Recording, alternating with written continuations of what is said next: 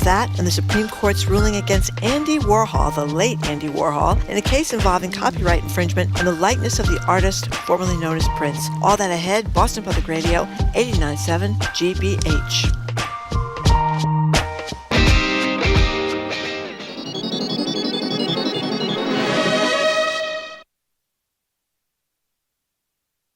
Live from NPR News in Washington, I'm Corva Coleman. President Biden will meet with the leaders of the Quad Alliance at the G7 meeting in Japan. NPR's Franco Ordonez reports the meeting was rescheduled in Japan after Biden canceled the second half of his trip. President Biden will meet with the leaders of the alliance, which includes Japan, India, and Australia, tomorrow on the sidelines of the Group of Seven summit in Hiroshima, Japan. This will be the third time the four leaders meet in person during Biden's presidency. The alliance was formed in part to counter Chinese power in the Indo-Pacific region. The leaders had planned to get together next week in Sydney, but that meeting was moved after Biden canceled the second leg of his trip to Australia and Papua New Guinea, which would have been the first ever visit from a sitting U.S. president to the small Pacific island nation. He will instead return to Washington, D.C. for ongoing negotiations with congressional leaders over the debt ceiling. Franco Ordonez, NPR News. The G7 leaders are also expected to be joined by Ukrainian President Volodymyr Zelensky this weekend. It's not yet clear if he'll do so in person. But Zelensky is attending the Arab League summit in Saudi Arabia. That summit is getting a lot of attention because Arab leaders have welcomed Syrian leader Bashar al-Assad to join them. NPR's Aya Batrawi says Assad has been shunned for years because of the brutal civil war in Syria. His country is in economic crisis right now, and U.S. sanctions are really impeding efforts to normalize with him. But, the effort to topple him failed when Russia and Iran rushed to his side. And now Syria's civil war is at a stalemate. Millions of Syrian refugees are waiting to return, and that is going to require rebuilding Syria, and Arab states do want a piece of that. And they're hoping Syria can reorient itself back to the Arab fold and away from Iran, which still has a very big footprint there. NPR's Aya Batrawi reporting. A court hearing is scheduled today in Massachusetts for Jack Teixeira. He's the 21-year-old member of the state's Air National Guard who is suspected of leaking dozens of classified Pentagon documents online. From member station WBUR, Deborah Becker reports lawyers for Teixeira are expected to ask a judge to release the guardsman from custody. Teixeira's attorneys point to his family's history of military service and say he would be closely monitored if released. But prosecutors argue Teixeira may have more classified intelligence than what he's already accused of posting on the internet, and he would pose a threat. Former Massachusetts U.S. Attorney Andrew Lelling says that's a strong argument to keep him in custody. No one knows the extent of the information that he stole. Is a foreign power tempted to solicit him to leave the country and go somewhere else in exchange for whatever information he possesses? Lelling expects the judge could make a decision as soon as today.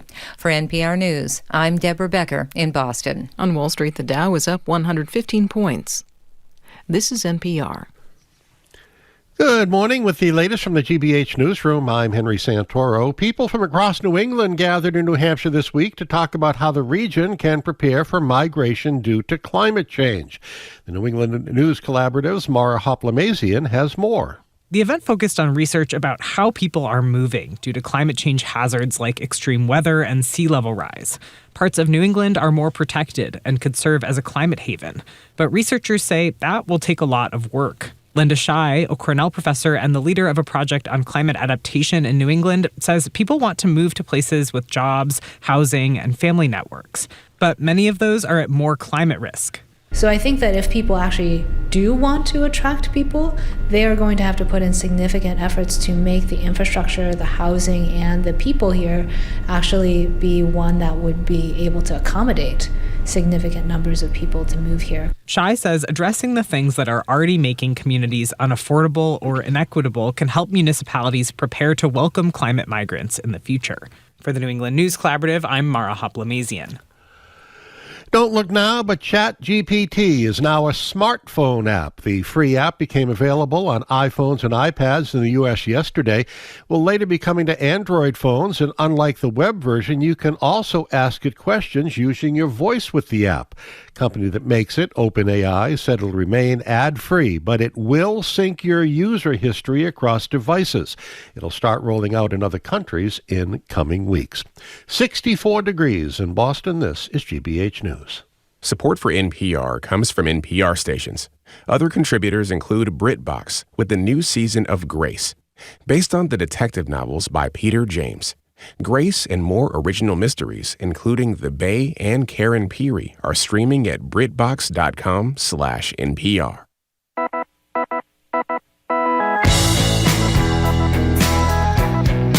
Houston Browdy, I am Marjorie Egan. You're listening to Boston Public Radio, 89.7 GBH. We are broadcasting live at the Boston Public Library, streaming on youtube.com/GBH News and facebook.com/GBH News.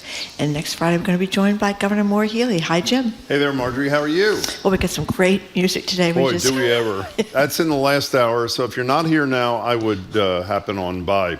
So as a piece in the New York Times this week, it put a spotlight on women who skip motherhood in their 20s and 30s and instead choose to have children in their 40s. It's a trend that's been climbing consistently for decades. There was a dip during peak COVID in overall birth rates, but in an interesting footnote, during that period, the number of women in their late 40s actually increased. So we want your reflections on mid and late life parenthood. You can call or text us at 877-301-8970. If you're a mother who got her start later in life, has it given you freedoms you wouldn't have had otherwise if you opted to raise kids, for example, in your 20s and 30s? Why did you wait? And if you did not wait, do you regret it? Now, this also provides an opportunity for us to drag the Robert De Niros of the world through the mud, who think it's fine to have a child at 80. 877-79 to be precise. 877-301-8970. You told me this morning, I had forgotten, your third of three kids you had when you were just about 40, right? Right, my first one at 30 and my last one at 40, and the big difference. It's one thing to stay up all night long when you're 30. It's another thing to stay up all night long when you're 40. So what did you do about that? Well, my poor youngest daughter, I just slathered her with mountains of Desitin, put her in bed, and never changed her diaper all night long. Is that true? Terrible?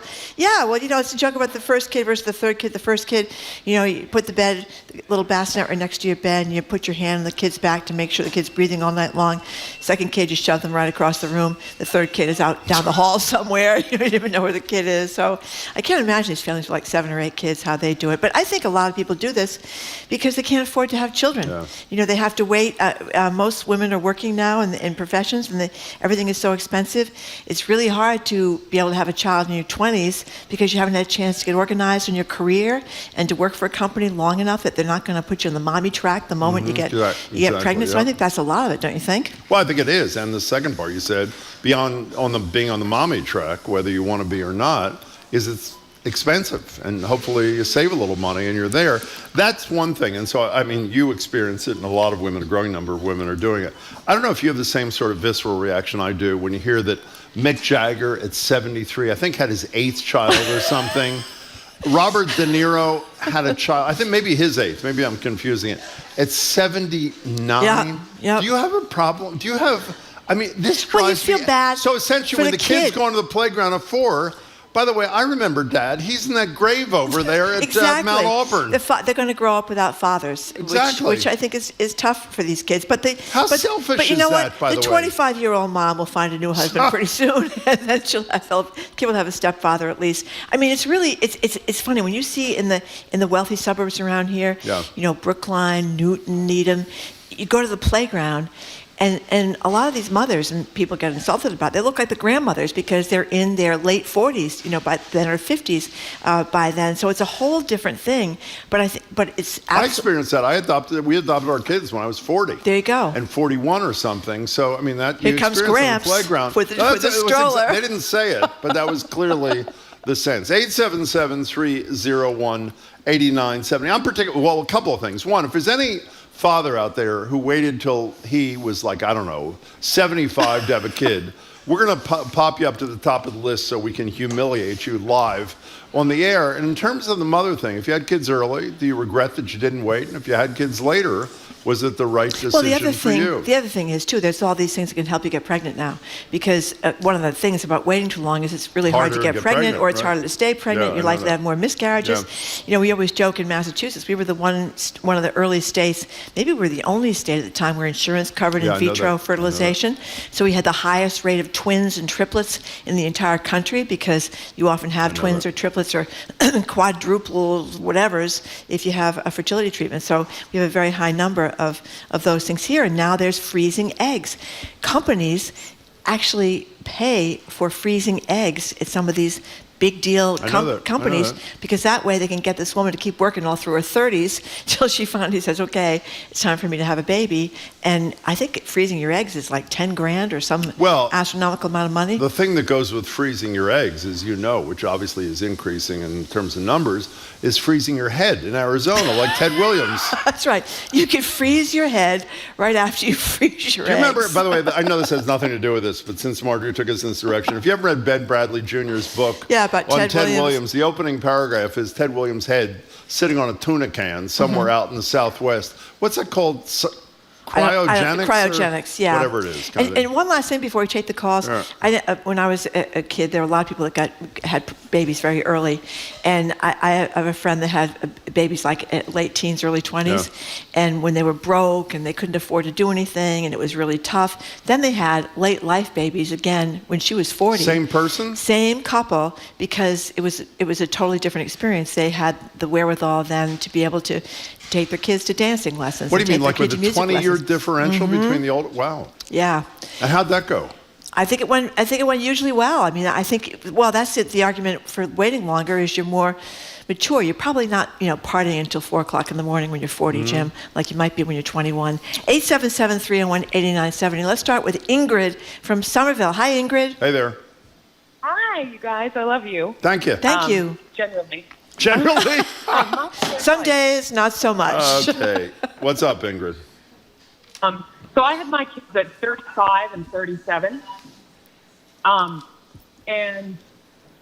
that wasn't like because I specifically waited. It was because of when I met the person I wanted to have them with. Mm-hmm. And I wish somebody would talk about the fact that we're all going to be in menopause when they're in high school or like pre-teens, and it's going to be so rough. Because most of us, I don't know, I'm like a millennial Gen Z kind of cusper. Most of us were out of the house by the time the moms were having. That's right. That's their meltdowns. Yeah, their meltdowns. Ingrid, that's a great point. A bit of perimenopausal stuff here and the moodiness, and like my body doesn't feel so great, and like messing with little kids, and that is rough. Yeah. And nobody talks about it because no one talks about menopause or women's health in general. But like, it's going to be a very real thing for a lot of us that waited.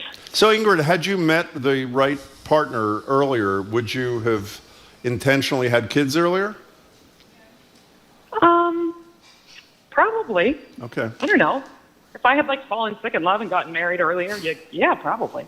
Okay, well, let us know how it goes when they reach their teens. Call us back. Ingrid, thanks for the call. We appreciate it. Oh, my God, she says. 877-301-8970. We have a text message who claims that Mick Jagger has a great-grandchild older than his youngest child. Well, it's possible. I mean, he's also been married a lot of times, too, has he not? I know he was. I don't know if he ever married Jerry Hall. Did he marry Jerry Hall? I don't know. What's the name of the guy who was in The Odd Couple who had a kid in his 80s? It just occurred. Tony Randall. Thank you, John Parker. Yeah. I mean, really, should that? Let me tell you something. Not only is it selfish, it should be a crime. You don't have the same visceral reaction. You're making fun of me. Let's arrest Clint Eastwood and Robert De Niro. Well, he was in his 70s, too, 3 when to he had a 5 kid. at Walpole. I think he was 66 when he had his last one. People haven't seen Clint Eastwood in months. Do you know I know. that? Well, he's keeping a low profile at this particular juncture. Having children out in the desert. Our staff just checked. Single cycle of egg freezing can cost anywhere from $8,000 to $20,000. Cost can go up depending on the number of cycles needed, and later embryo creation and implantation fees. And some women that have these babies, when they're 45, 48, 49, they're doing the somebody else's eggs. I know that. John in Los Angeles, you're next on Boston Public Radio. Nice to hear from you. Hi. Hey, Jim. Hey, Marjorie. Hi. Hi. Long-time listener, first-time caller. Thank you so much. Oh, my God. Wait a second. I recognize this voice. We do? This would be our former... Am I allowed to say this, John? Yes. This is our former boss. Oh, my God. Like the president of GBH, John Abbott. John Abbott, hi, How the John. hell are you, John? I'm well. I'm enjoying the beauty of streaming. I get to listen to you guys every day. You're a sweetheart. Thank you. That makes me very happy. We love Thank you that for you're calling. What's up, John? Well, I just wanted to. This is a really important subject and has a lot of angles. And I just wanted to say, as the son of a 55-year-old dad, whom I adored, and was a great dad. Whenever I meet friends who are having kids later in life, particularly the dads, I just talk to them about the thing that most parents probably tend to underestimate is how early in life a kid begins to confront mortality. Well, that's a really interesting yeah. And so I realize now later in life that I grew up differently, knowing that, my dad, and back then, 67, 68 was old, right, when you hit your teens. Mm-hmm. And so I just, as opposed to all my friends, who all tease me, who's your grandpa, when we'd show up at the father-son stuff, I just think kids, the other thing to bear in mind, in addition to all that the moms are going through, is the kids have probably a different vantage on what the future for life holds when they've got older parents who they may lose. How hard was that for you, John? It was hard. My sister, who was born 2 years later, was born with a birth defect, and that was influenced by my father's age. And so I came to know over time how much that impacted my parents, but it further informed my sense of how fragile life was. So, but it did, the blessing of it was that it made me embrace my parents and have a relationship with them. I think that was a little different than most kids do, because I realized in some ways you grow up a little faster. That was a hell of a call, John. Wow. Say hi to Sherry. Thank you so much for calling. Great to hear from you, and thank you for making those incredible points about the perspective from a child. That was a great call. I think John's so right about that. The growing up with not having a father, and also, I mean, if his father, he said, was 55, but if you're Robert De Niro, you're 79, you're probably not taking the kid to the park and playing much baseball. Well, I said I was young 40s, and when John said that, I'm wondering, I don't know if I ever had that, my kids saying, who's your grandfather, but there was clearly that feel from time to time. Again, I don't know if it was actually articulated or just sort of felt, but I know it was there. That was well, you have to go to the playgrounds in the wealthy suburbs where everybody's old, because they couldn't afford to live in the wealthy suburbs unless they waited a really long time to have those kids. Listen to this from Annie in Rhode Island. This is another great point about it being harder to get pregnant and stay pregnant when you're older. She said, I have so many feelings about waiting and having children in later life. After years of intense fertility treatments, we're resigned to the fact that we will not have a child. It can work for some people, but there are so many of us with real regrets, and that is a very good point. There's this idea that you can kind of wait indefinitely, and sometimes you can, and sometimes you can't do it anymore. Karen from Holden, thank you for calling. Hi, Karen.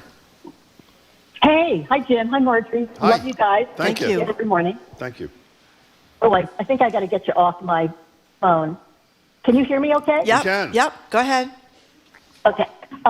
So I was married in my 20s, but didn't have kids until my mid to late 30s. I thought that was great. Wasn't ready. Had a lot of things I wanted to do. And, I'm in my 60s now, and I don't feel like I missed out on anything. Yeah. Sometimes I think it's genetic. My mother, who was in her 30s, she had me. So it's great. My kids think I'm cool. I love that. Hey, Karen, what is it you wanted to do that you made time for that you wouldn't have been able to do had you had kids earlier? Well, I have a feeling that's the answer, but what is the answer? Well, I was in my 20s with New York City. Mm-hmm. Do I say anything more? Yeah. I spent my 20s in New York City, too. I mean, the early 30s seems to me the perfect time in many ways that you can do it then, because then presumably you've been working long enough. I mean, the thing, that I've said to younger women that I've talked to about this, don't go to a new job when you're just having a baby, because you're going to have proven yourself to your career, to your employer before you leave, because you just can't do what you could do once you have a kid or two. So you got to be really careful about that. Well, you can by totally ignoring the needs of your child, which a lot of working parents. Well, Barbara choose Walters, to do. Barbara Karen, Walters, thank who's you a lot. one of the first women I know that. ever. She was the first woman ever to be a national newscaster. Didn't last long because she and Harry Reasoner didn't get along. He had the long knives out for her right away. I mean, she has written extensively and talked extensively about the resentment her own daughter felt, who was adopted, to the fact that mom was never around paying any attention to her. She has huge regrets. Anyway, we're getting your reflections on midlife parenthood, having kids in your 40s. We're going to keep talking about this. You're listening to 89.7 GBH, Boston Public Radio. We're broadcasting live from the Boston Public Library and streaming at youtube.com/GBH News and facebook.com/GBH News.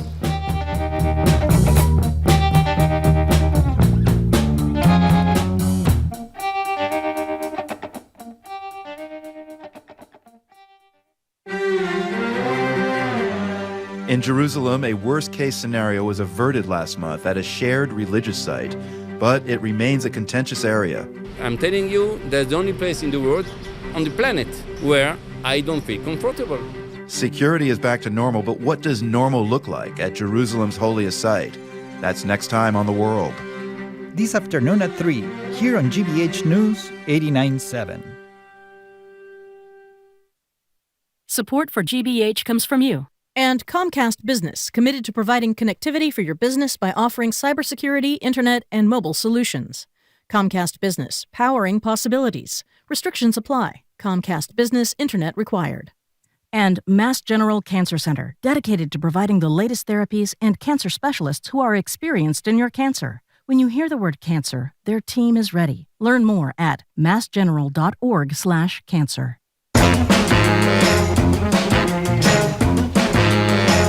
Welcome back to Boston Public Radio. Jim Brady and Marjorie. We're live at the Boston Public Library, streaming at youtube.com/GBH News, facebook.com/GBH News. If you're just joining us, we're talking about the choice to save Parenthood for the second half. Well, not only the second half, second segment or second half of life, your 30s, 40s, 50s, beyond. Have you waited? Are you glad you did? Did you not wait? Are you sorry you didn't? Give us a buzz or a text, 877-301-8970. Listen to this. I waited to my 40s to conceive, putting my career and life ahead of family ambitions. Everybody said if you have trouble, there's always IVF. Nobody told me about loopholes in Massachusetts health plans that enable some of them to deny you IVF coverage. Basically, this person said I got screwed when my insurance would not cover my IVF. We tried for 5 years, paid for IVF at a cost of over $100,000.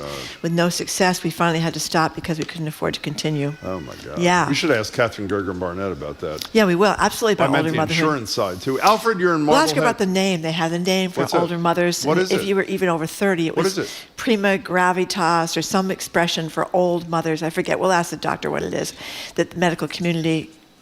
Geriatric birth? Geriatric birth, but there's also a Latin word, too, so we can ask her about that. Alfred from Marblehead, thanks for calling. Well, there's a word also for Robert De Niro. It's Latin. It's near dead father, I believe, is the Latin term. I'm not sure exactly what it means. Alfred from Marblehead, sorry to hold you up. What's up? Well, I just got a call from a friend telling me to listen in on your program and give him a call because I was 65 when my youngest son was born. What was up with that? Okay, you continue and then we'll ask. Go ahead. He's 11, so I'm 76 in the next month or so. Wow. But I think it's been wonderful. And I have older children. My oldest son said, Dad, I always wanted a little brother, but I didn't think I'd have to wait 35 years. And I said, well, patience is one thing I taught you. But for me, it's been wonderful. I was separated and divorced from my first wife, and didn't think I'd ever want to get married again. But you meet somebody, and that's what happens. And my second wife, my younger wife, had never had a child, but always wanted one. And so we had a child, and it's been the best thing.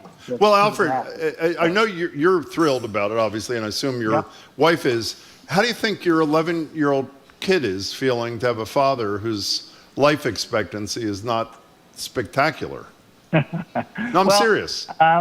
There's been times when, obviously, I've been mistaken for a grandfather. Yeah. And but he seems pretty used to that. I'm fairly active. I play soccer and things like that, and I coach him in sports and play with him and his friends and so on at various sports. So I'm lucky in that sense that I have my health and I'm quite fit. Alfred, you make life very difficult for me because I generally have contempt for people who did what you did, but you sound so kind and decent and loving. It's very hard to have the there are always exceptions, feeling Jim. I often. He's an exception. Yeah, listen, I hope your kid is happy and I hope you live a long time, and we really appreciate you calling, Alfred. Thank you for joining us. 877-301-8970. Susan and Merrimack, I spent my 20s to early 30s in medical school and residency training, felt no choice but to wait. My only child when I was born.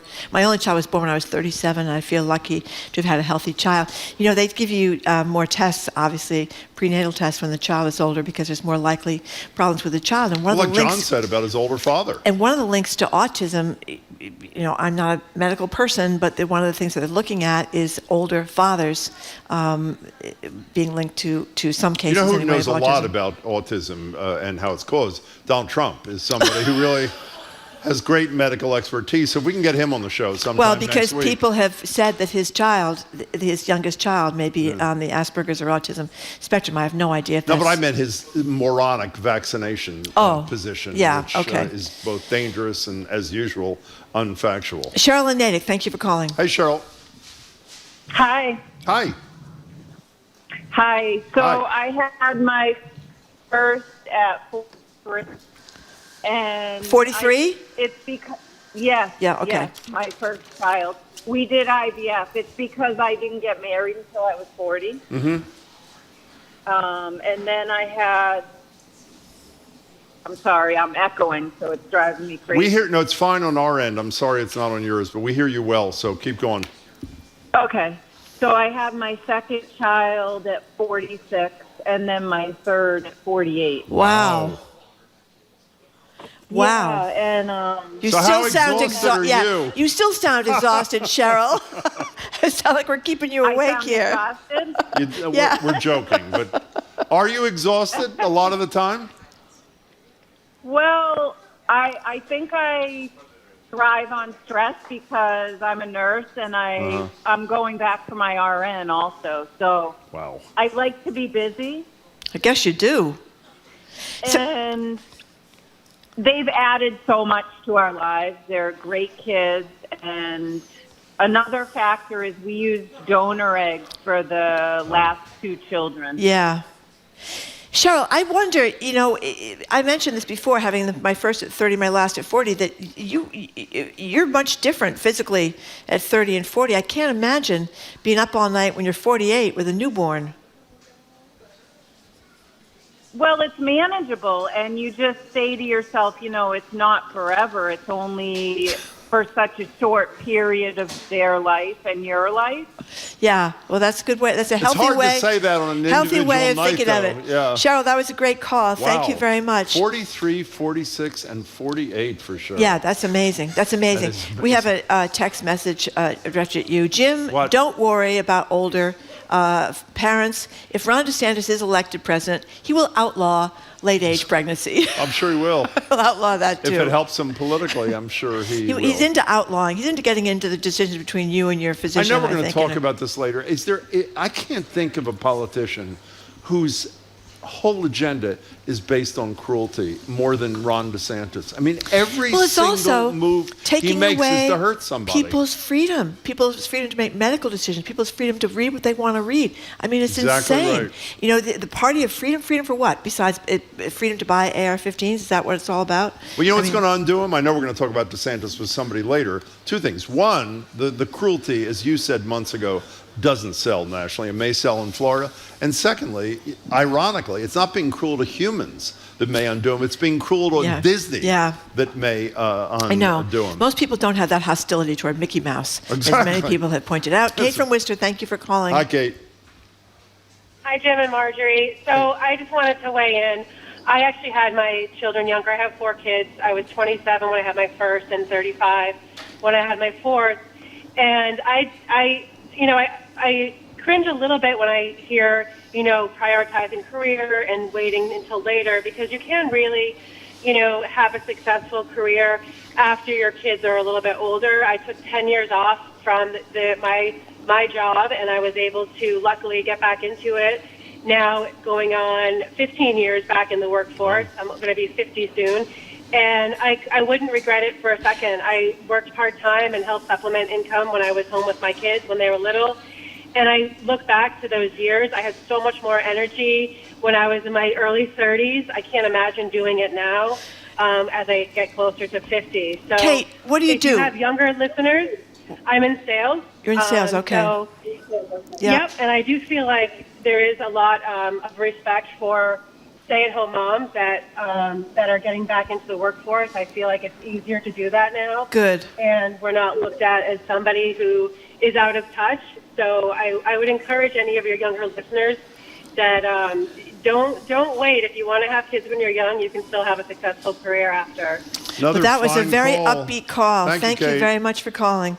We're talking about more and more women having children in their older years after 40 in some cases. 877-301-8970 is the number. And we're talking about men having kids after they've been disinterred. I'm sorry. No one apparently cares about this except me and Alfred here. Yeah. But man.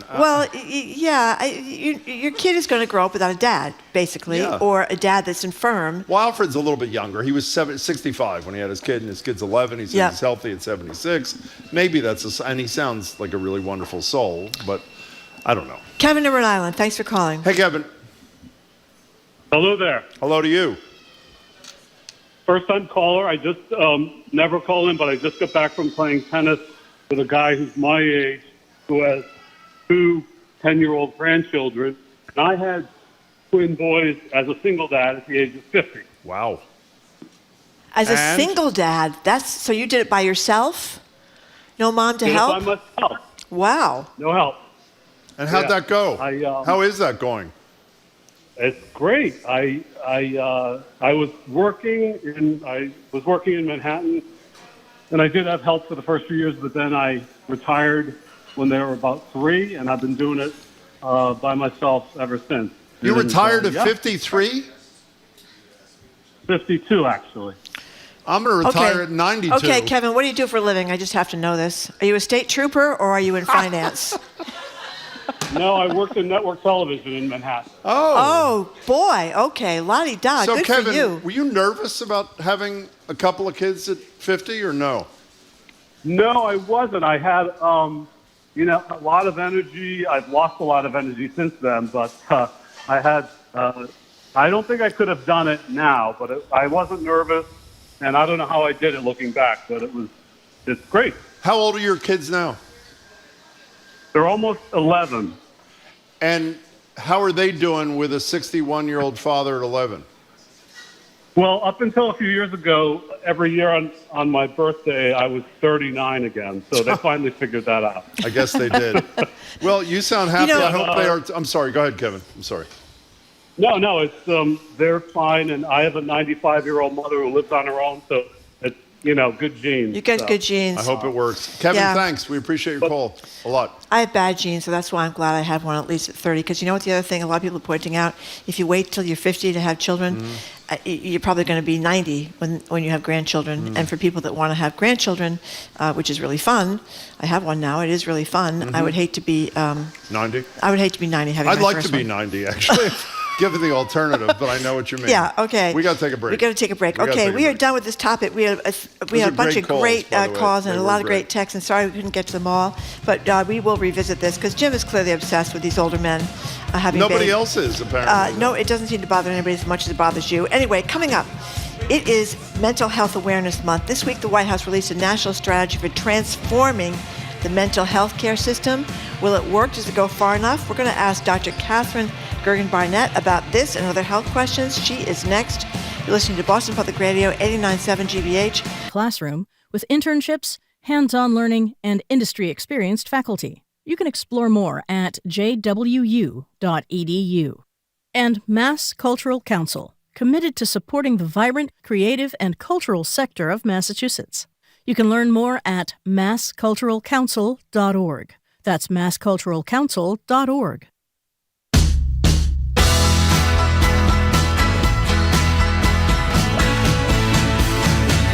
Welcome back to Boston Public Radio. Marjorie Egan and Jim Browder. We're live at the library, streaming at youtube.com/GBH News, facebook.com/GBH News. A week from today, the governor will join us for her monthly Ask the Governor deal right here at the Boston Public Library. We're joined now, though, by Dr. Catherine Gergen-Barnett.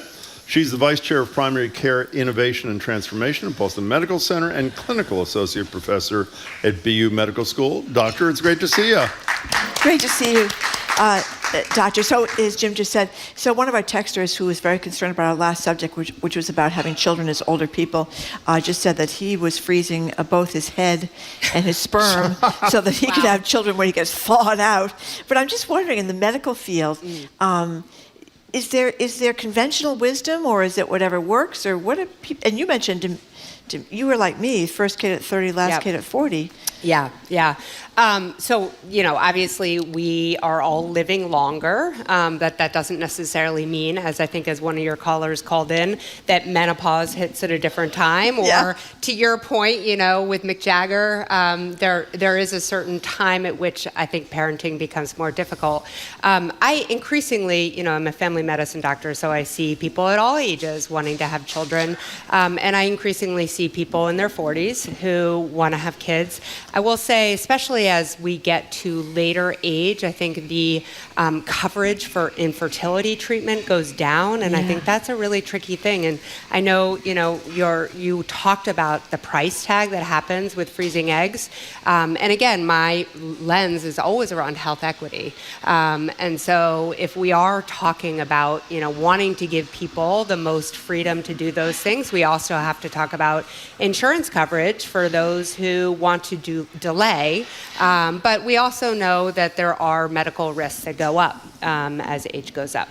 So what do you say to a patient who's a 40-year-old woman contemplating having a kid, or a 70-year-old father who's contemplating having a kid? Yeah. How straight are you with them? Very straight. If not asked, I very guess. straight. You are. Very straight. I mean, I'll talk about obviously all the things that they need to continue to do to keep themselves well and ensure that they're at sort of peak health in order to assure a pregnancy. Obviously, that's not even an assurance for people. And then I will obviously talk about the risks that are associated as eggs get older. And we know that the sperm can be a little bit more lively for longer, but there are risks for that as well. Yeah. So you mentioned health equity a minute ago. Let's turn to health inequity, Terrific. which Thank is you. mental health care, is sort of synonymous with that. Joe Biden has done sort of like a cancer moonshot kind of thing, it seems to me. Big announcements around mental health. And I don't know enough about the subject to know if it's a rhetorical embrace of better, more accessible, more affordable mental health care, or if it has some real consequence. Legs. Which is it? Yeah, I would say the latter. Really? Actually, yeah, I'm incredibly reassured and boosted by the announcement that just came out yesterday with the White House. So yesterday, for those who aren't aware, was Mental Health Day of Action. So since 1949, May has been a mental health awareness month.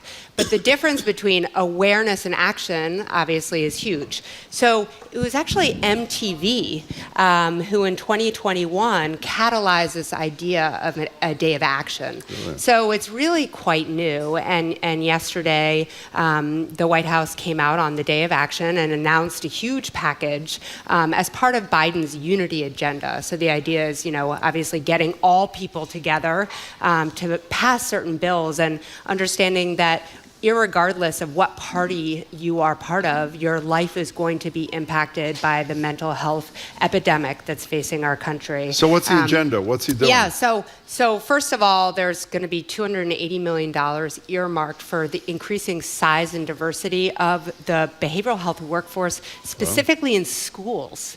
So thinking about how we get more therapists in the K through 12 system, which anybody who has children or anybody who is a teacher recognizes that this is a critical piece of what needs to happen, and not just more bodies, but people who are from that community and have that lived experience. So we actually know that in Massachusetts, we may get as many as 400 more school therapists, which is humongous. Thinking about peer support, so we know in medicine, but people in public health understand that being allied with somebody who's a peer, who's had that lived experience, is critical for your own healing. So there's all kinds of training programs that's going to go out for more peer support. And for somebody who thinks a lot about economic mobility and the way that that has an impact on health, that means more jobs in more communities for people to be peer support. A few more things that I just want to quickly highlight. The 988 crisis hotline, which we've talked about actually on the show. It was created last year, right? It was just created, and there's actually already been, a number of calls, like thousands of calls that have gone into that, but they're going to put $9 million behind that crisis hotline and really get it mobilized for people to call. And so, all of those things are going to be really important, and they're not just pie in the sky. Each of them have legs, and even today, the last point on it, even today, I got an email from this research group I'm part of already encouraging us, those of us who do health equity research, to apply for some of these new grants on SAMHSA to think about community engaged approaches. So he's doing this by executive action? By executive action. He doesn't need congressional approval. No. That's great. Yep. One of the things I have to say, for the 8 years that Charlie Baker was with us monthly, there were a few months where he failed to mention his commitment to expanding the behavioral health system. And what I had forgotten until we were reading in anticipation of you coming, and I don't even know what the status is, right before he left office, he announced the opening of 25 behavioral health centers and this, I guess, in-state hotline. I'm not sure. Are the behavioral health centers operational, and how do people access them? How do they work? So at Boston Medical Center, we have been, as you probably are aware, very much teaming with the state and the city to have more behavioral health access by partnering with behavioral health hospitals, et cetera. I don't think we're at the number 25 yet, but I think Charlie Baker did an amazing job, to your point, spearheading a lot of this work. And before he left office, also talked about the increase in funding in primary care and behavioral health, which Senator Friedman and her team have really picked up and are now making legislation. So it's not just spaces, but it's increasing investment. So how does it work? I mean, every time, I know you know this as a doctor, but every time we talk about mental health stuff and take calls, every call is, I either can't afford mental health care because the shrink or psychologist I found doesn't take insurance, or I can't even get an appointment even if I do have the money to do it. What kind of expansion of access do these behavioral health centers provide? So the idea is really that you actually integrate these things, right? So it's not just, okay, I go take care of my body and now I need to go take care of my mind. So at places like Boston Medical Center, but also all across the state, increasingly we have mental health specialists that are embedded in primary care. And so you go to the doctor and then you screen positive for anxiety and depression and you can go talk to somebody. So they ask you now. Your physical. We've been asking for a long time, but now we can finally do something about it. One of the things I'm working with on at BMC and I think actually is the next step for care is what we're going to call reverse integrated behavioral health. So we can have primary care doctors in psychiatry clinics, right? So a lot of people who have severe mental health, they don't get their primary care needs taken care of. They don't know that they have hypertension or diabetes or any of these other things. So how do you actually go to a psychiatrist and see a primary care? So more and more of those models are actually on the deck now. Yeah. One last question about this. I've been thinking about this a lot this week because we had this horrible tragedy where the Marine killed the Michael Jackson impersonator on the subway. Jordan Neely. Yes, and Mr. Neely had a long history of mental health problems and apparently had walked out of a facility that he was supposed to be in after he had been arrested for assaulting someone.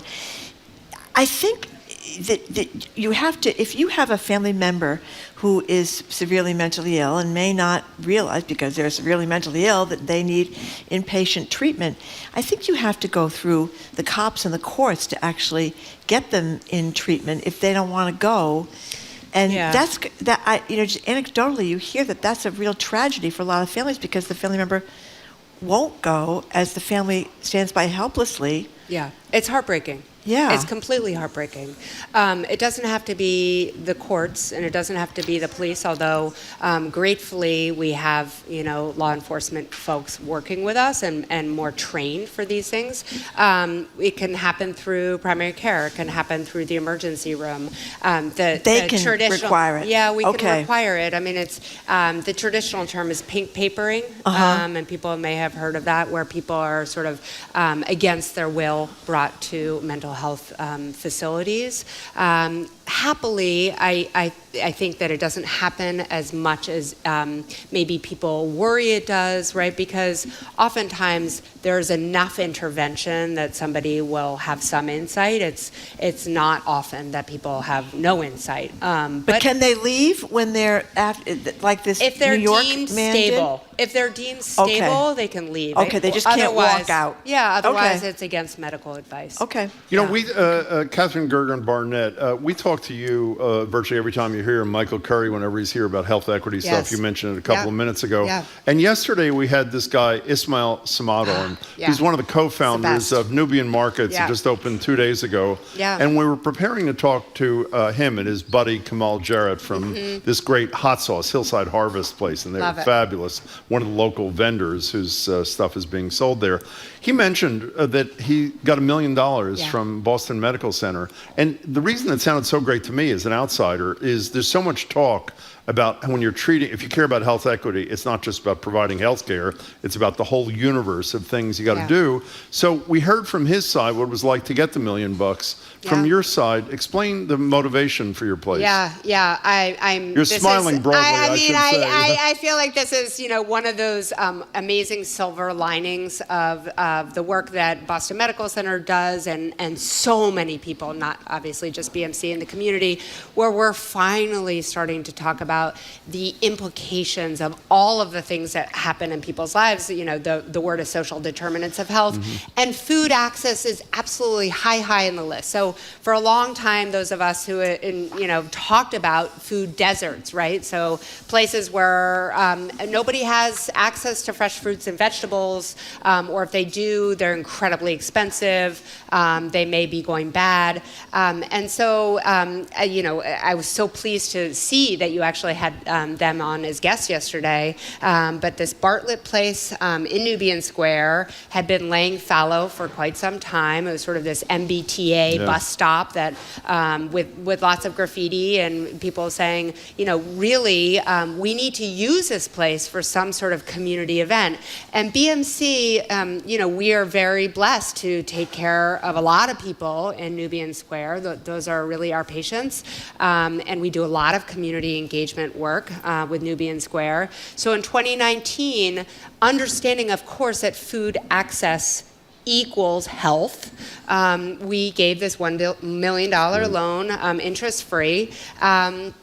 And they actually run with it in this amazing way. And the ribbon cutting was just a couple of days ago. And it's not just food, it's a cultural center, and it's going to have halal meats, and it's going to be a real kind of bow to the diaspora of Boston. And this is exactly, and the leadership is all from the community. So is BMC an outlier on this, or most major institutions? They get it intellectually, but are they acting on it or not? Look, I am incredibly proud of my institution. So the answer is no. So I will say the answer is yes, we're the outlier and we're the best. But I will say that, of course, I'm so grateful for partnership from lots of different community health centers. I think Tufts gets it. I think there's lots of hospitals that get it. It's the best preventive care. It's so obvious to a layperson. It's so obvious. Well, congratulations to BMC for doing it. We're talking talking with Dr. Catherine Gergen-Barnett. We'll be talking to her about health issues at the top of the hour. So you're at BMC, Boston Medical Center. The federal government has announced that the COVID-19 public health emergency is over. Yes. So what does this mean at your hospital? Yeah. Let me just take a step back, and then I'll get into what it means day to day in the hospital. So, I think all of you here and all of your listeners know that May 11th was sort of the end of 3 years and 100 days, but who's counting, of a public health emergency. The practicalities, you didn't actually see a lot in the moment in terms of what was happening, in the hospital. I know that people have had a lot of concerns about masks, and I think that was a piece that I think we need to continue to evaluate, because we still have 7 million people who have serious chronic disease and are immunocompromised, and I think there have very rightly been a lot of important, strong voices and advocates for this idea of how do we make sure we continue to keep people safe, right? Because we still have 1,000 people dying a week. And we know that in the country, and while we know that we're 95% less deaths than we were in 2021, this is not over. And I think actually, as David Kessler, who was actually the dean at Yale Medical School where I went, said, he said this is not mission accomplished. So the end of the public health emergency does not mean that COVID has gone away. In the day-to-day, it means that if you have private insurance, you're probably not going to be able to just get all those free tests, right, covered at the pharmacy. Medicaid, Medicare have expanded a lot of those things. They've expanded telehealth access. We're going to have access to vaccines and free vaccines for a long time. We still have stockpiles of those. And Paxlovid and other things that are that you can get prescribed for you if you get sick will continue to be covered for now as well. I know we've talked about the vaccine companies coming out and saying they're going to charge a whole boatload, but the private Well, they've only made individual- billions and billions of dollars, so why should they? They've saved a lot of lives and they've made a lot of money. So I think that the individual will not see a big impact on their wallet yet, but we'll see what happens. Okay, so here I'm going to test your ability to not say something negative about a competitor. We broached this with Michael Curry yesterday. This is in a piece that Sarah Betancourt, a colleague of ours, did at GBH. I'll read to you from it. Oh, yes. Mass I know General what you're Brigham talking created about. a stir last week when it posted on its website and sent to patients in its portal a Q&A section, including this question. I'd be more comfortable, this is from the patient perspective, if my doctor, nurse, or another care provider wore a mask. Can I ask them to? Answer, no. You cannot ask staff members to wear a mask because our policies no longer require it. Our system is adhering to current public health recommendations. When we asked Michael about it, he laughed and he said, well, my reaction is whoever wrote that is probably on the hot seat. Yes, I totally agree with Michael Curry. What is that? I mean, that is not what's happening. I feel very, I will say this, I feel empathetic for the person who just said no, out of hand. You mean the unemployed person? The unemployed person. That's right. No. You have to die from COVID right now. So what happens if I come into your office and I say exactly what that patient said? I would say, of course. I have a mask. I'll put it on. I'll be delighted to. I mean, it's the same way that we do for anybody who has a latex allergy and we put on different gloves. We are going to respond to patients and what their needs are. And I believe that no hospital is going to have that response. That's absolutely horrible. Yeah. So we talked a lot. I never heard really of RSV. I guess it's been around for a while. I never really heard of it much until COVID. I've been talking about it a lot with you guys. Well, exactly. Yeah. But now they have this vaccine for pregnant women. Yes. Amazing. And what's the story here? It's so good. So we've talked actually about how, now I think once people started to take their masks off, we knew that COVID would go up and RSV would go up. So RSV is a virus that impacts little children and older people, and it gets into your lungs and it causes all kinds of thick secretions, and people who are on either end of life can be hospitalized for it. I'm sure lots of people have heard of it, or maybe have heard of it more now during the pandemic. And there was just an approval, to your point, of a vaccine through Pfizer, where women who are in their 24 to 36 weeks of gestation, so that's towards the end, so you have 40 weeks of gestation, so it's towards the end of pregnancy, middle to end, get a 1 dose of this RSV vaccine, and the evidence shows that it decreases RSV infection severity by 85%. Wow. So that is huge. And again, it's talking about like going back to health equity. It's thinking about all of those babies who won't have to get hospitalized, and all of the mamas and parents and people who are caring for those children not having to take work days off and all of those things. So the one thing I will just say, and I feel like we have layers of memory of conversation. We did talk about this Tdap, right? Yes. Because your daughter had just talked to you about it. So Tdap is, it's tetanus mixed with pertussis, which is a whooping cough, right? So women who are pregnant, we usually recommend they get that around 28 weeks of pregnancy. So one of the things that the study has shown that the Tdap, the pertussis piece of it, may be less effective if you get the 2 shots together. So as somebody who does prenatal care, that's great, it's fine. I'll do the tetanus shot, at 28 weeks, and then you can do the RSV shot at 34 weeks. Respiratory syncytial virus. Who? What is Yes. That's what we call RSV. Yeah, it's RSV. RSV. It's not going to be part of a spelling bee. That's what you think. Yeah, well, I don't know. Maybe that's next. Yeah. Hey, Catherine Gardner-Barnett, we always really appreciate your time. Thank you It's great so to much. see you. Such a Thank you pleasure. so much. Again, really appreciate it. I want you to feel you. very reassured after talking to you, Doctor. Thank you. There you go. You Take got the good great care. bed. Over yet. More smart conversation about community issues is up ahead with Jim Browdy and Marjorie Egan on Boston Public Radio. Right after a news update from NPR. Stay with us here on GBH 89.7.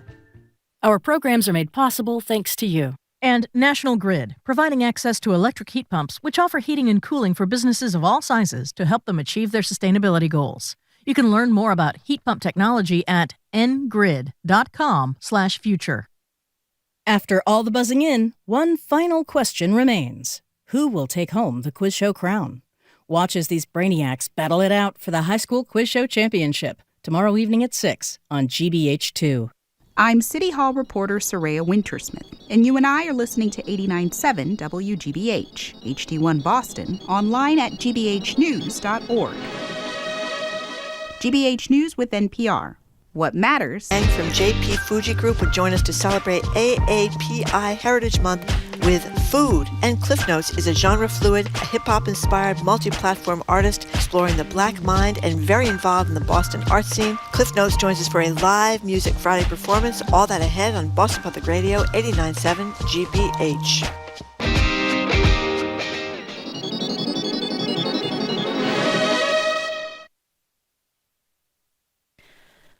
Live from NPR News in Washington, I'm Lakshmi Singh.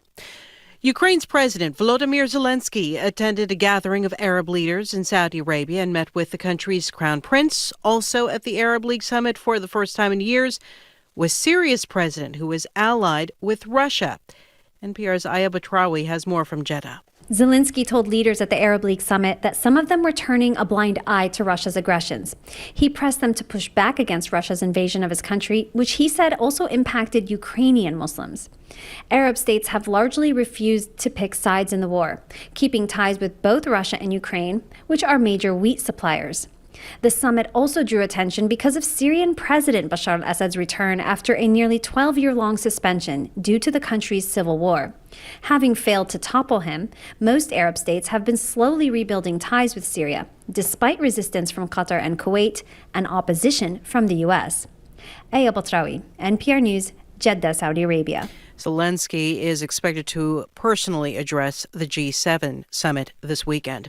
The Pentagon's revealing that it overestimated the value of U.S. weapons sent to Ukraine by a lot, $3 billion. NPR's Greg Myrie says that means the Defense Department can send Ukraine even more reinforcements against Russian invaders without having to ask Congress for more money. The Pentagon calls this an accounting error caused by calculating the replacement cost of weapons provided to Ukraine rather than their current book value, which is lower.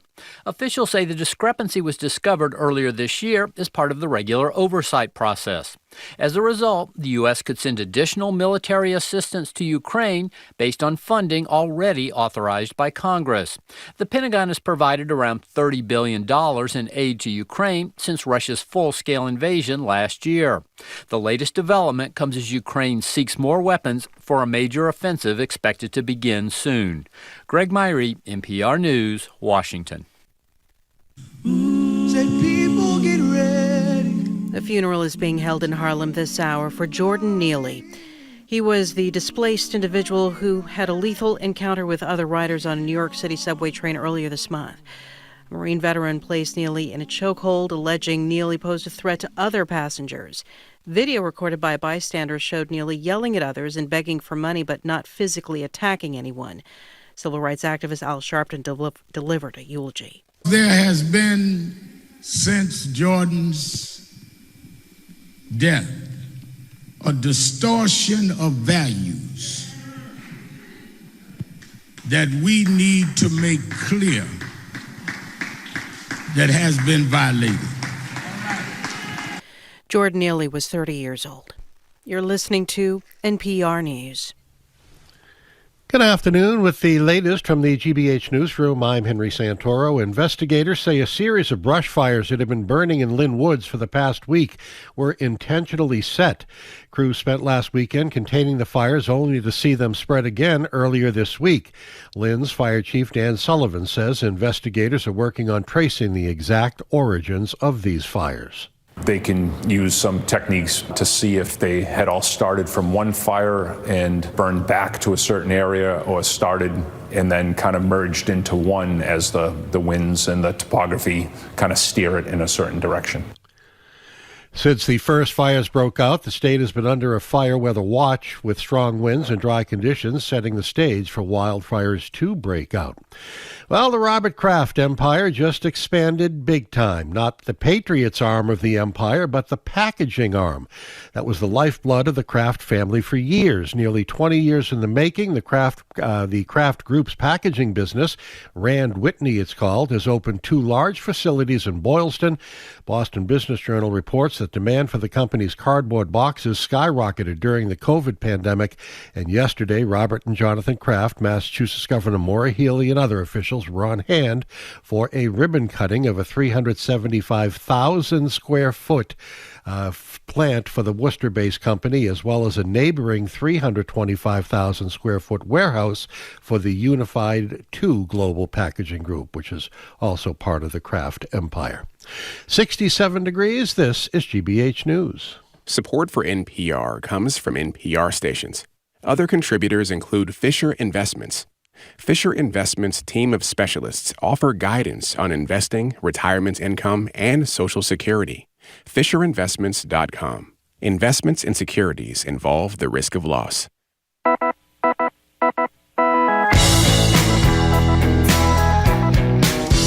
Browdy. I am Marjorie Egan. Welcome to hour number 2 of Boston Public Radio. We are broadcasting live as we do every Friday and every Tuesday from the Boston Public Library. We're streaming at youtube.com/GBH News and facebook.com/GBH News. Hello, Jim. Hello, Marjorie. Thank you for waving. The governor will join us, by the way, at the library a week from today. We hope you do too. But first, joining us at the Boston Public Library is GBH's Kelly Crossley. Kelly's the host of Under the Radar with Kelly Crossley. You can catch that Sunday nights right here at 89.7 at 6. Also the host of Basic Black, airs Fridays at 7:30. You can hear her Kelly commentaries on Mondays for GBH's Morning Edition. And she is recently recognized by the Greater Boston Chamber of Commerce as a 2023 Distinguished Bostonian. Who could disagree? 1, congratulations. And 2, where the hell have you been? We really missed you, Kelly Crossley. Yeah. Oh, yes. I've been in the Bahamas chilling. No. Good for you. I wish I were. No. Well, we're really glad to see you. We have been getting so many texts, and frankly, I've been sick of it. I've been sick of it, sick of it. Enough already, but here she is for her triumphant return. Thank you. Out on a medical leave, y'all. And by the way, congratulations on the chamber thing. Thank you. Terrific. That was a really, really beautiful and wonderful experience. Glad to hear it. So I hate to start this on a down note because I think a lot of people were very hopeful when Rachel Rollins became the Suffolk County District Attorney, really revamping the criminal justice system, addressing the school-to-prison pipeline, the whole thing. Exonerating people who'd spent decades in jail for crimes they didn't convicted. And now she's resigning as the U.S. Attorney because of investigations of pretty nasty things that they said that found that she did. But what's your reaction to this? I just, one word, painful. Yeah. It's just painful because, you all have interviewed her and talked to her more than most in town. She's very bright. She, ambitious, of course, had some really interesting and innovative approaches to criminal justice reform, was passionate about it, a lot of people didn't like how she framed it many times, but that was her thing. She made it clear. She didn't hide that when she ran for office and felt that she had the mandate, and I think she did, of the people who put her in office for DA. So I think about all those people, and I think about, their disappointment as well and how painful it is for them because they're losing a voice, and they also recognize that she's a person too, and this is bad for her. But this has nothing to do with the fact that what was found in the 2 federal ethics probes is what it is. Well, and by the way, I hate to be a broken record and quote myself, but my attitude about public officials when they don't respond to serious charges, it's an acknowledgement that they're accurate. So let's assume for argument's sake that they're accurate, from the most minor offense, transgression, to the most serious, which I think is lying under oath about the leaking of these documents about the anti-Kevin Hayden in the DA's race for the Royal. I don't know how you feel about this. Marjorie and I disagreed yesterday. I think she's got to say something. It is, and again, maybe the only thing you can say Excuse me, I just said she didn't have to say something yesterday. I understand. She can wait I think a few days. Yeah, but the problem is it gets worse and worse and worse. And by the way, if it's all true, then the answer is she's got to say guilty as charged and give her explanation if there is one, ask for forgiveness if she believes that. But it seems to me when you're in that kind of public position and the fall from grace is so deep and so fast that you have an obligation both to the public, and I would say to herself, that part is not my business. The public is, say something, stand up, regardless of what your lawyers tell you. Are you with her that there's no rush, or are you with me? I think I would have to say sooner, just because it's just cleaner that way, sooner rather than later. I'm sure she's under advice of counsel. I'm sure she I is will too. say this, that she, did make a statement to her staff and, as much as she could say, and told them to keep going forward with the work, and that she's made it clear that her resignation has to do with the fact that she doesn't want to be a distraction. Having said all that, I just assume that because she didn't really have to say anything to the staff either, you could just, leave, that she intends to say something. Yeah, I'm assuming that. I bet she does. I may be wrong, but the little I know her, I can't imagine she won't say something about this because she's never been one to shy away from controversies. But she is now. And, this notion, you said the same thing as Callie. She's probably listening to her lawyers. One of her best and worst qualities, I would argue, is she doesn't really listen to anybody except herself. Well, let me point out that some of the stuff in those reports were against the advice of others. Exactly. Okay, including her own staff and people. Exactly. So in any case, it is horrible, and it's a horrible fall. And we'd love to talk to her, but if not, she should do a press thing and answer every damn question until there are no questions left. I think for her and for the public, I think that's what she should be doing. I'd be surprised if it didn't happen. You can argue about when it happens, but I'd be surprised if it didn't happen. Yeah, me too. Yeah. So CNN took a lot of grief for hosting a town hall with former President Donald Trump and Caitlin Collins, the reporter. Most of the commentary, except for Oliver Darcy, as you pointed out, who's their media critic, he's been pretty tough on his own station. Sources, but so has Christine Amanpour. People know she's a veteran journalist, and she was speaking on Wednesday at Columbia University's Graduate School of Journalism at their graduation. Here's what she had to say. Because I'm a reporter, before I came here today, I met with CNN CEO Chris Licht at our New York headquarters. I wanted to hear from him firsthand what he'd been thinking. We had a very robust exchange of views, and he wanted me to know that he welcomed that exchange of views. I still respectfully disagree with allowing Donald Trump to appear in that particular format. Well, if one thing, pretty gutsy of her to do that, criticize the boss. And second of all, is she right? Should they not have done it?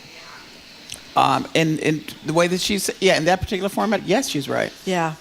I mean, there's a couple, of course, to me, one of the biggest glaring things was the audience. Absolutely. That audience situation is, as she pointed out and others have pointed out, that just doesn't happen. They have a town hall and you hear the candidate answer however he or she is going to answer. But when did the cheering and the jeering happen? That has never been allowed as a format. And then to find out that actually CNN had some part to play in organizing who sat in the audience, that really shocked me there. I just assumed they opened the doors and said whoever wants to come could come, and those who were first in line were obviously Trump supporters, and so that's what you got. But to allow that, which just, it created a whole other atmosphere. I mean, and that's what she was saying, is that, that's not the format of trying to ask questions. I personally like what she said, she said I would have dropped the mic at nasty person. Wasn't that great? I assume she meant said this is over. Right. I love that too, actually. I think, said no, we're not going to have that. By the way, I want to, in a little bit of self-defense here, Marjorie and I both thought in advance they should do it. And I only speak for myself, but I think you agree. Had we known that CNN picked this audience of cruel, sadistic Trump supporters, not because they support Trump, but because of what they booed and what they cheered, I would have had a different opinion. The second thing she said, which is pretty radical, is she not only said, this is Amanpour in her address, she not only said about the drop the mic moment, and she disagreed with the decision of her boss to do this. She went on to say the media in general should treat Donald Trump like most of the media treated Senator McCarthy a half century ago. His views are so extreme and so dangerous, he just shouldn't be covered. That's pretty radical. That is radical. Proposal by a respected journalist. Well, I'm curious to know what both of your responses are. I don't think that's going to fly because, as many have said, unless something happens that we don't know about, he is probably going to be the nominee. So his voice has to be. He's a part of the whole discussion. That made sense. If they were saying, as we all thought, this is the first of many town halls of all potential candidates. So I expect them to. Given that we've heard that Ron DeSantis is going to make his announcement this week, he should be the next one, and whomever else is running on the Democratic side. If you're talking about extreme radical views, I mean, the President Trump, of course, is an election denier, and he lies about everything. Right. But I would say Ron DeSantis is pretty extreme and radical, too, wanting to tell parents what they can and cannot do with their own children medically, or banning books like we're in pre-war Germany or something. I wouldn't disagree with you, but I would also say I would be shocked, and maybe I'd be wrong, if Ron DeSantis said to the moderator, you're a nasty person. I don't think he would do that. Yeah, you're absolutely you see right. what I'm saying? Yeah. That's just beyond the pale. Well, can I tell you why I disagree with you? Yeah. Ron DeSantis essentially did that to a bunch of high school kids when they were wearing masks at an event that he went to in the middle of COVID, and purposely, I mean, it's quite clear, purposely intended to embarrass and humiliate these young kids who were just the backdrop for him making some announcement. I mean, cruelty is the thing with him. And the issue, I think, going forward, beyond, I'm sure, a consensus, you can't have a live audience that is totally supportive of any candidate, whether it's Biden or Trump or anybody in between. The second thing, I'm a huge believer in live coverage of these people. But with Trump, where there's so many lies at such an impossible rate, should stations be considering only airing these things on tape so that below at the bottom of the screen, there are corrections on every single serial lie? I think they're going to have to correct everybody then. I agree. So, I mean, that could happen. We could change the format and do that. I'm not suggesting they should edit anything out when you're talking about a major candidate, just say, but just say live to tape, essentially. Sort of like VHS, that pop thing that used to happen when you watch the video, and they say, oh, by the way, so-and-so.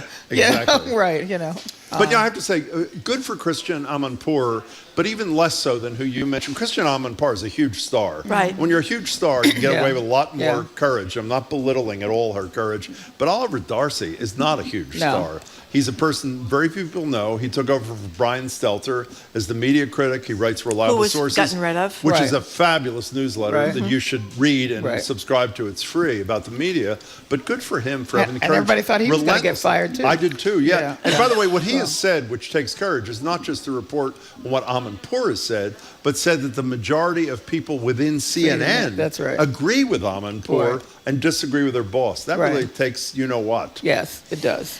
So, and he went on vacation and had to make an extra note in his newsletter saying, "This was planned." Oh, I didn't see that. Oh, that's great. I know you're going to read this and say, That's funny. "Uh-oh." I didn't see that. Yeah, this is. So the Supreme Court has ruled against the late Andy Warhol, he of the famed Campbell soup carton, cans and all that stuff, in a copyright dispute over the Prince portrait. We'll get to that in a second. But I didn't know one of our colleagues, Henry Santoro, apparently has an extensive Andy Warhol collection. And, and relationship. I didn't know that. Warhol. Relationship, I didn't know that. Well, you tell about the relationship. I know he's selling at the Channel 2 auction a T-shirt. Wow. That I think. Do you know about this T-shirt? Yeah, it's not only signed by Andy Warhol, but it's signed by Abby Hoffman. Wow. And it's supposedly the only thing of its kind, and apparently it's going to, at auction, it's going to get a lot of money. Wow. But Henry, about a year or so ago, showed us some of the interview stuff, and he developed a relationship with Warhol that apparently was rather strong. Wow. I mean, Henry was in the music business, as people know, long before he was in the news business here. And it's really quite a movie. He's got a book that also he's shown us that is a Warhol thing, too. So good luck to Henry. Wow. And actually, as the auction gets closer, maybe we should talk to Henry. But what do you think? The Supreme Court ruled 7-2 with a liberal-conservative mix majority. Talk about interesting. And the dissent was, I think, was it Sotomayor and Roberts? It was one of the liberal justices. Yes, I thought it was Kagan. You're right. Kagan and Roberts. And they basically found what, Kelly Crossley? Well, that he didn't have the right, or the estate. This is the estate. Of course. They were protecting the estate, and that and the photographer's copyright was not allowed to just be appropriated in this way. And there's a whole back and forth discussion about commerciality, whether or not the commercial aspect of it made it okay, because at the beginning, of course, she, the photographer, was trying to sell her work commercially, so wouldn't that protect Andy Warhol if he's doing something commercially? But he originally did this series for a magazine. It's a series of silk screens based on a photograph of the late singer Prince. By the way, that's a messy estate to begin with. So this I'm surprised that they actually got to this. So the question was whether it was fair use. In our business, sometimes we can excerpt certain pieces of music, of video, of speech for fair use. In other words, we're explaining to you part of the story, and so that's considered fair use. And in other instances, that's not possible. So their side was saying this is, or the people, the people who wanted to be Andy Warhol's people said it was fair use, and the Supreme Court said no, it wasn't. So that's what it came down to. Does that concern you, by the way, in terms of this a conclusion that was not whatever transformative enough? This seems fairly layered and complex to me, because they go all deeply into, well, it was in a magazine and this means this and that. So it didn't seem very clear cut to me. I'm confused. So I don't really understand how they're drawing the line around commerciality and fair use. Well, I think that Campbell's Soup get upset. Did they go after the Andy Warhol estate? I don't know. You know what? Or Marilyn Monroe's estate. What first came to my mind was who was the photographer whose image got Andy Warhol? It was called Hope for the Obama campaign. Right. What's his name? Shepard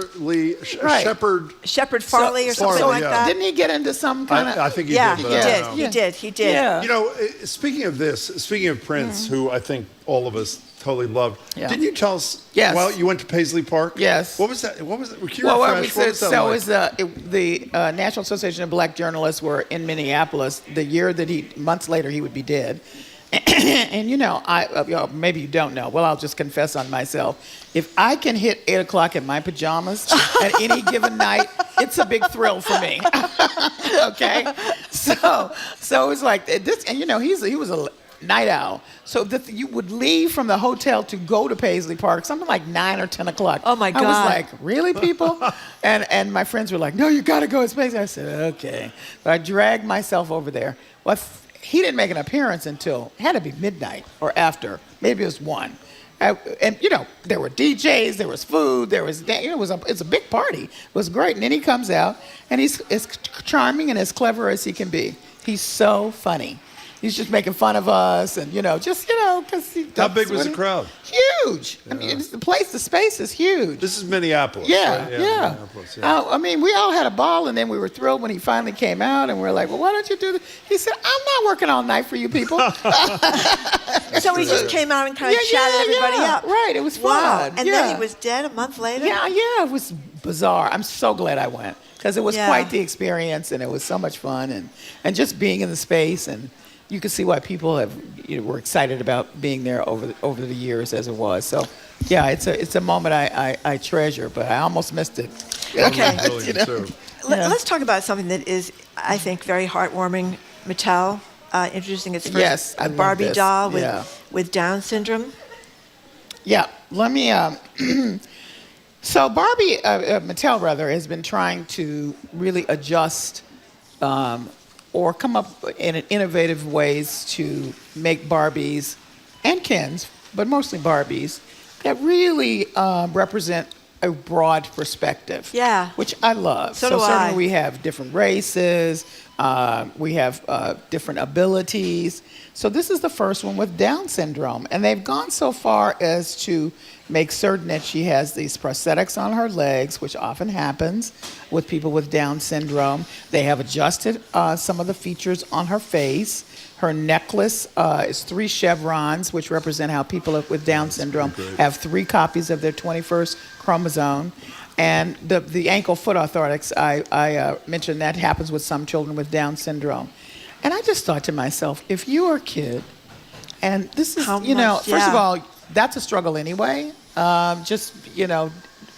Dealing with a Down syndrome and you look different from other people and all of that. I remember a kid in my parents' group of friends and who would come to play with us, and that was always a struggle for that kid. So imagine having somebody that a doll that looks like you. I think it's great. I mean, and you're right that different races, different nationalities, different professions. Right. Instead Sizes, of just having they've done a size blonde thing. bathing suit Barbie with this unbelievable figure that you thought was a normal thing, which I didn't figure out wasn't normal until I was like a teenager. Exactly. And then you have Dr. Barbie and Lawyer Barbie and Parole Officer Barbie and all these different things. You also left out they have White Ken and really White Ken. That's true. That was what's really interesting about this is that as they've continued to do this is coming out when the Barbie movie, because this is the whole Barbie movie. That's right. Well, that's a summer thing. Yeah, it's coming out this summer. It's supposed to be pretty good. Yeah, that's what people say. But how can it be pretty good? Because it's supposed to be goofy and funny. They're running around in their roller. There's a lot of stars in it. What do you call those? Rollerblades. I forget. But they're all in these outfits. Barbie and Ken. Margot Robbie. Robbie. Told. Okay. Whoa. Yeah. And I think they've got pink outfits. Who's Ryan Gosling is Ken? Ryan Gosling. There's a lot of people in it. Well, I tell you, Jim, I take back everything I just said. Listen, and whoever's listening now saying, Mattel is in the business of making money. Of course they are. So what? Of course they are. But I don't mind them making some money doing a good thing. And doing something else. You may remember, like I do, Diane White, who was a great columnist for the Boston Globe. I remember she wrote this very funny thing on the 50th anniversary of the introduction of the first Barbie doll. Oh. And she said, poor Barbie was on the floor in tears because it's been 50 years and Ken still refuses to commit. That's pretty good. That's great. True. Yeah, it was great. So what are you doing this weekend, the recently returned Kelly Crossley? We are doing our regional roundtable, and we're talking about this controversial proposed gun range on Cape Cod. Oh, God. Which maybe, all the supporters will have to take a blow from the EPA, because the draft report says it could jeopardize local residents' water. Which is already in big trouble. Yes, and it's big guns. People didn't know how big they were. It'd be nice to hear them all the time, too, when you're down there trying to be peace and quiet on your vacation. And they say they need it because they can't train the people up in New Hampshire, Vermont, wherever they train them. They need more space or whatever. But I don't know. I think jeopardizing local residents' water is going to be something. They have a big meeting coming up to discuss it, big public meeting. Also, Rhode Island officials are using texts in high-risk areas to get people to carry Narcan. Folks know Narcan is the drug that you can inject and it immediately reverses an overdose. But, that's not something that is as available as it should be. It's free. So they want people in the area to know, listen, you're in a kind of a high-risk area. Why don't you carry some? If you see somebody, maybe you can help them. real people. Real people. Yeah, great. real people. Yeah. And as was pointed out in our discussion, it's not harmful if you pick somebody sleeping on a bench and you think they are and you shoot the stuff up their nose. All it does is annoy them. It doesn't harm them.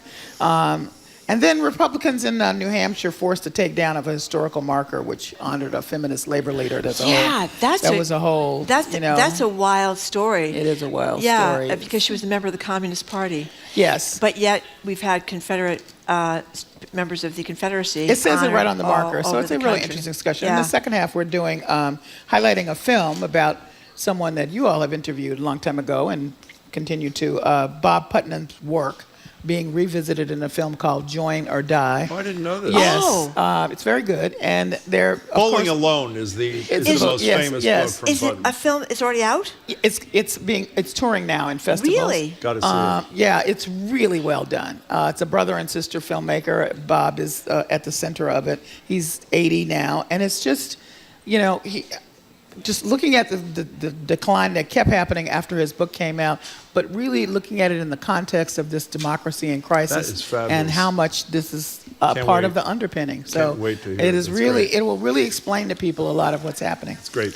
Kelly, we're thrilled to have you back. Congratulations on the award. All the We'll see you texters are very soon. glad you're back too, Kelly. Okay. Crossley. Wait, not all of them. Most of them. Most of them. That's Okay, right. all right. Kelly Crossley, thank you very much. Good to see you. Kelly's the host of Under the Radar. Philip's done a nice job since you've been gone, but we're very happy that you're back. You can catch Under the Radar Sunday nights right here on 89.7 at 6 o'clock. Kelly's also the host of Basic Black, which airs every Friday at 7:30.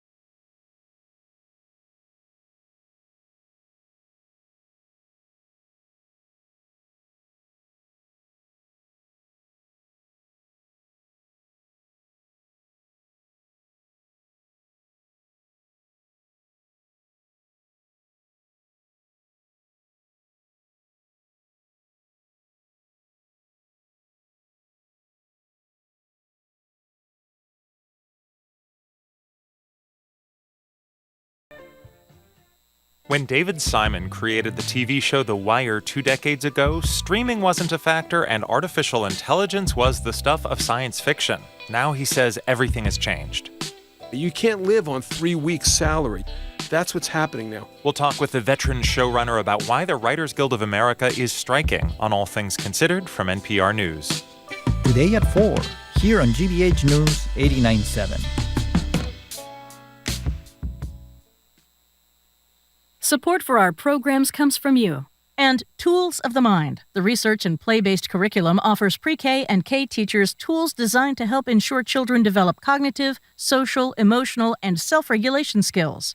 toolsofthemind.org.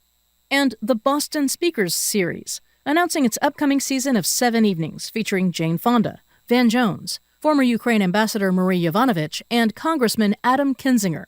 bostonspeakers.org.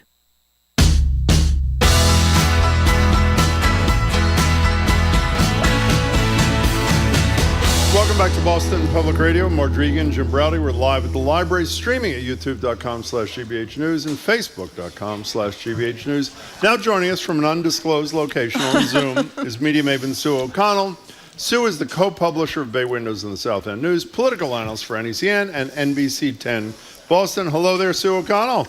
Hi, Jim. I think it's a moral issue that I come to my office, and fulfill what Elon Musk's vision for humanity is. So I'm actually in my busy newsroom in one of the many quiet rooms that I didn't use last week. Well, thank you for that. We appreciate that. Last week I was complaining to Jim and saying, "Are you talking? What's that voice over there?" And now I found out it's from you, the clutter around you in the newsroom there. Anyway, a vibrant newsroom with young people. Thank you. Thrilled to be at work. That's good. That's good. So, Governor Ron DeSantis supposedly is going to announce his run for the presidency coming up this week.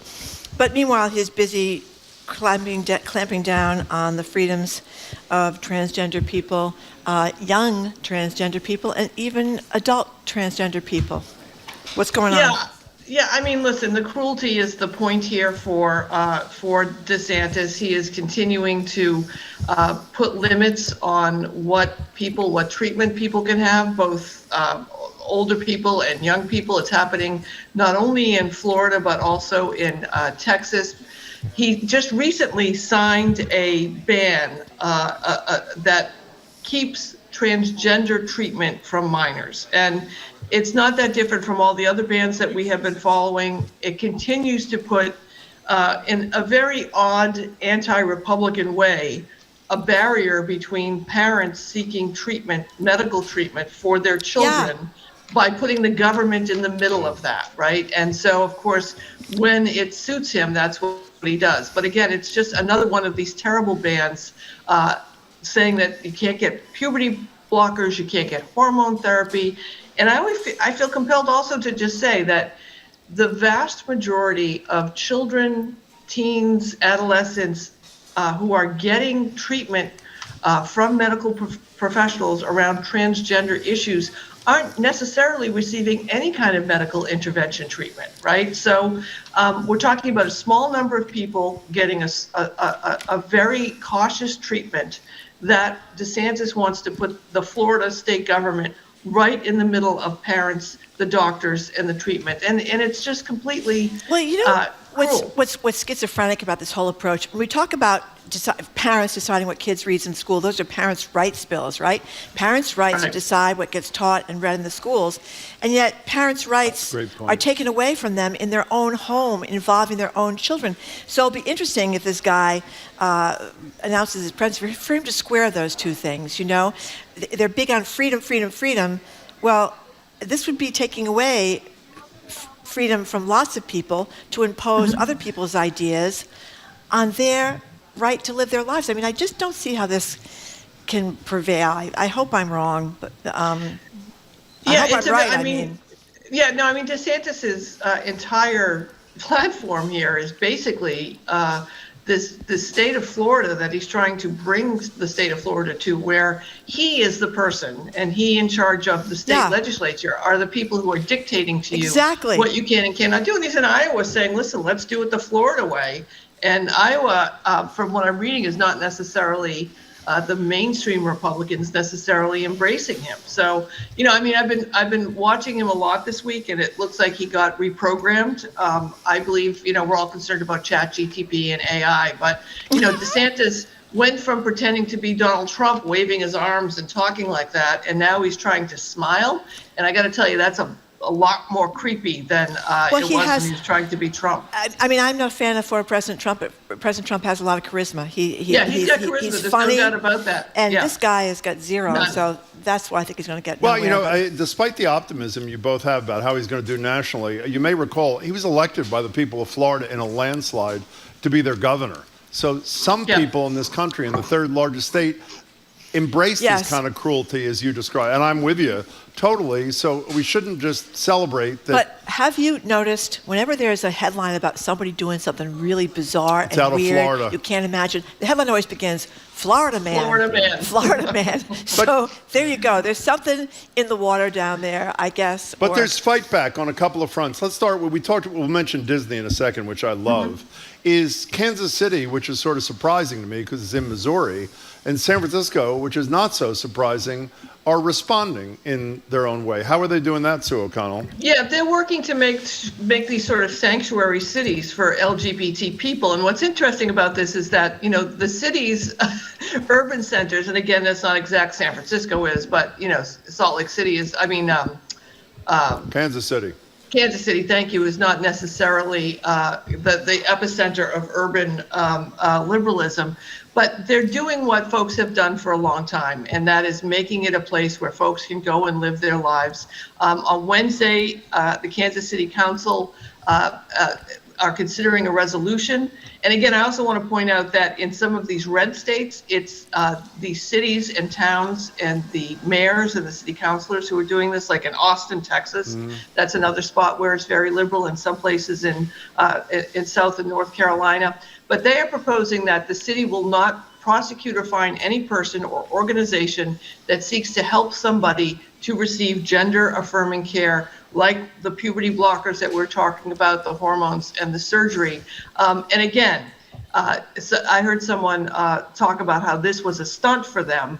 I would say that trying to block this sort of care is a cruel, more than a stunt because it's real, but still a stunt.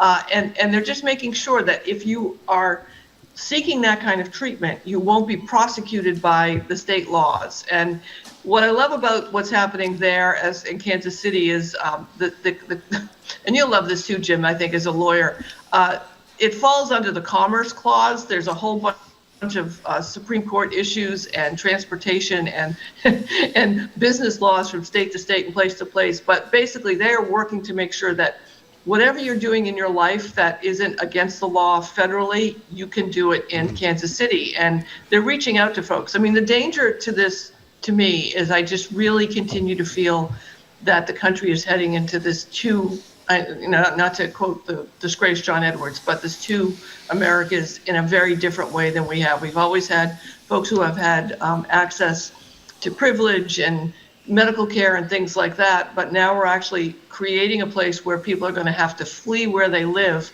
to go to sanctuary cities like Kansas City, or to San Francisco, which has always been a mecca, or to blue states, just to live their lives in a way where they're not going to be cause medical harm, whether it's seeking safe abortion access or just making sure their kids are treated by a doctor. By the way, San Francisco is doing something different than Sanctuary. It's doing this drag queen laureate, which is sort of a great in-your-face to DeSantis. The other thing, it's be so ironic if a conservative Republican, which is being kind, did not lose his race because of how he treats other human beings, but by how he treats your favorite place, Disney World down there in Florida. If people haven't read this, tell them what Disney has decided not to do based upon the treatment by the governor. So Disney is, I think it might be the major employer in Florida. Private employer, I think it is too. Private employer, right. It's the major private employer. I don't even know the number of taxes that it pays into Florida, nor do I know what the adjacent businesses are that the number is that it brings up. But it is a huge economic force in Florida. And in great Disney tradition, for the past 2 years, they have been planning to build a complex where they can transfer some workers from California who work for Disney to come move to Florida and live in this campus, kind of like how Google has done stuff in the past, only people would actually live there. So they were going to bring outside residents, move them to Florida, which every state wants, bring more tax revenue in. It was, I think, a $17 billion investment in the entire Disney World complex. This particular thing that they were doing, this town, this campus, was $1 billion. And Bob Iger, the return CEO to Disney, said this week that they're not going to do it. They're going to cancel it. He said it on a call. Now, to be fair, a lot of Disney employees did not love the idea of leaving California and moving to Florida. No surprise there. And, and it had been announced 2 years ago that they were going to do it. It has not really taken off to the degree that you would expect it to at this point. And Disney, even though they're having success in the theme parks, when it comes to revenue, they are, like everybody else, the streaming is not doing great. And Iger's trying to get the ship going in the right direction again. So there is a chance that this was going to get canceled anyway, but the fact that it got canceled now and so completely with conviction is just a reminder to the state of Florida that Ron DeSantis, this Republican who's supposed to be pro-business and bringing tax revenue into the state, is continuing to be put a stick in the eye of Disney, basically. And I think it's fair to say, even though DeSantis says it isn't, over the Don't Say Gay bill that Florida has passed. So it's doing great harm to Florida. I mean, there's no doubt about it. Didn't I read where the jobs Disney pays, it's like an average of $120,000. They pay really good salaries. So that's a lot of good paying jobs. You may tease me, but I'm telling you, I had an epiphany like 15 years ago in Disney when I was walking around Epcot, and I heard this older gentleman behind me escorting a soap opera star around because it was soap opera week, and they had all this big parade. And he was telling the star all about the things. And I ran into him later in the lobby of the hotel. I said, "What do you do?" He said, "Oh, I'm a retired CEO. I retired here to Disney, and I'm a VIP liaison. And my grandkids get to come for free, and I live on the property. It's a great job." And I went, "That's what I'm going to do." There's something for us to think about, Jim, when this thing wraps up. So I'm not going to Florida. Not going to Florida now, man. We're going to be greeters at the Everett Casino, I think. I went to the one out there in California. I thought it was very, very, very nice. Very nice. It is the worst, other than Las Vegas, it is the worst place on planet Earth. Okay. We don't have You're to have wrong, this Jim. system. The worst. You're wrong. So can we stay on the president? By the way, Tim Scott, a Republican senator from South Carolina, just filed papers to run for the Republican nomination for president. So RFK Jr. announced, the anti-vax RFK Jr., who isn't endorsed by most of his family members, is running for president. And early polls showed him, for a variety of reasons, doing relatively well in the Democratic primary, 15% or something like this. And then we learned I didn't even know, I'm sorry to say he was still alive, former Congressman Dennis Kucinich. I think he was the former mayor of Cleveland, but he's a former congressperson from Ohio. He ran for president himself. A darling of a particular wing of the party is going to be his campaign manager. It seems to me that at some point, Joe Biden may be in a position where he's got to debate RFK Jr. He's going to be 20+% before the blink of an eye, Sue O'Connell. Yeah, no, he is. And I think we have to keep in mind, RFK is polling the same as DeSantis is on the Democratic side, pretty much, right? So that's a very good even point. though that's obviously a bigger field on the Republican side. So RFK is not going away. And Marjorie, I hope that this cues you up to tell your Dennis Kucinich story. Oh, yes. The Dennis Kucinich story. Famously, at one of the debates up there in New Hampshire that we were at, they're taking a little commercial break of the debate, and all of a sudden, Dennis Kucinich's wife, who had to be about 30 years younger than he is, and a really gorgeous-looking redhead, comes up to the stage, and they start, not a kiss. They were making out. Making out. I was there, too. And everybody's kind of standing there saying, my God, look at Dennis Kucinich. Good for him. To get Dennis Kucinich, just for folks who may not know what his politics are, because, RFK is anti-vax. He's a Democrat and progressive on some ways and conservative on others. But Kucinich was for marriage equality, same-sex marriage. Really early on. I think he actually announced his support for it here at Boston Pride the year that he was running. Was it 2004? I think he was running. He has been, a fervent supporter of abortion rights access, marijuana. He was actually endorsed. He endorsed Kerry, right? So he's got this. But what about vaccines?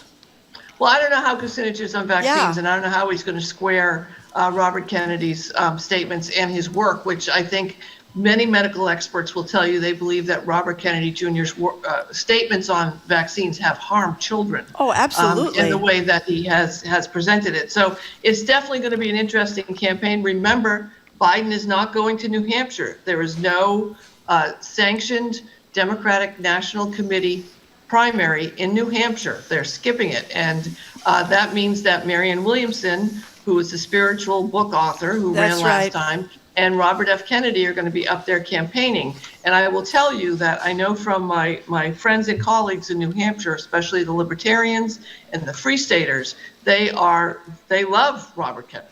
So it's going to be interesting to see what happens in New Hampshire with the Democrats saying we're not going, New Hampshire's still going to hold a primary of some sort. Definitely there's a Republican primary, and they may hold a Democratic primary and say, okay, we don't get delegates, we'll just keep going and do what we want to do. Well, and how that's going to present a problem for Biden. I can answer the question, it appears. I was not aware that 2 years ago, Kucinich ran for mayor of Cleveland.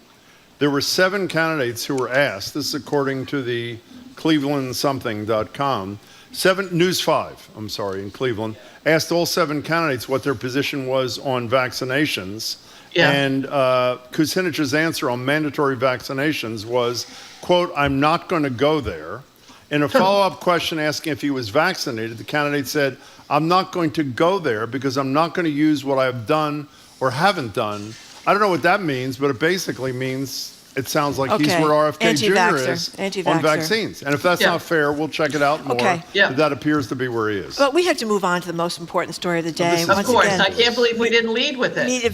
Marjorie wanted to lead with it. And I love to talk about the royals, or in this case, the former royals or ex-royals, whatever they are.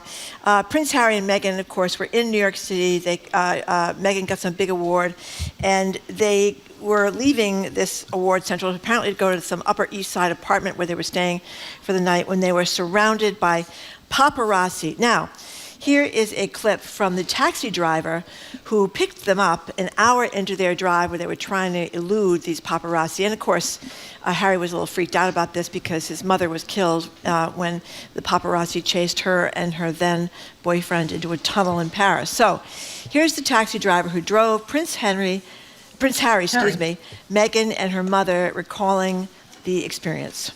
All of a sudden, paparazzis came out of nowhere and just started flashing, taking pictures, and and they didn't stop until the security got out and said, move, move, move. And then the garbage truck got out of the way, and the paparazzi were following the car. And Prince Harry and his wife and the other lady, they were nervous and they looked scared.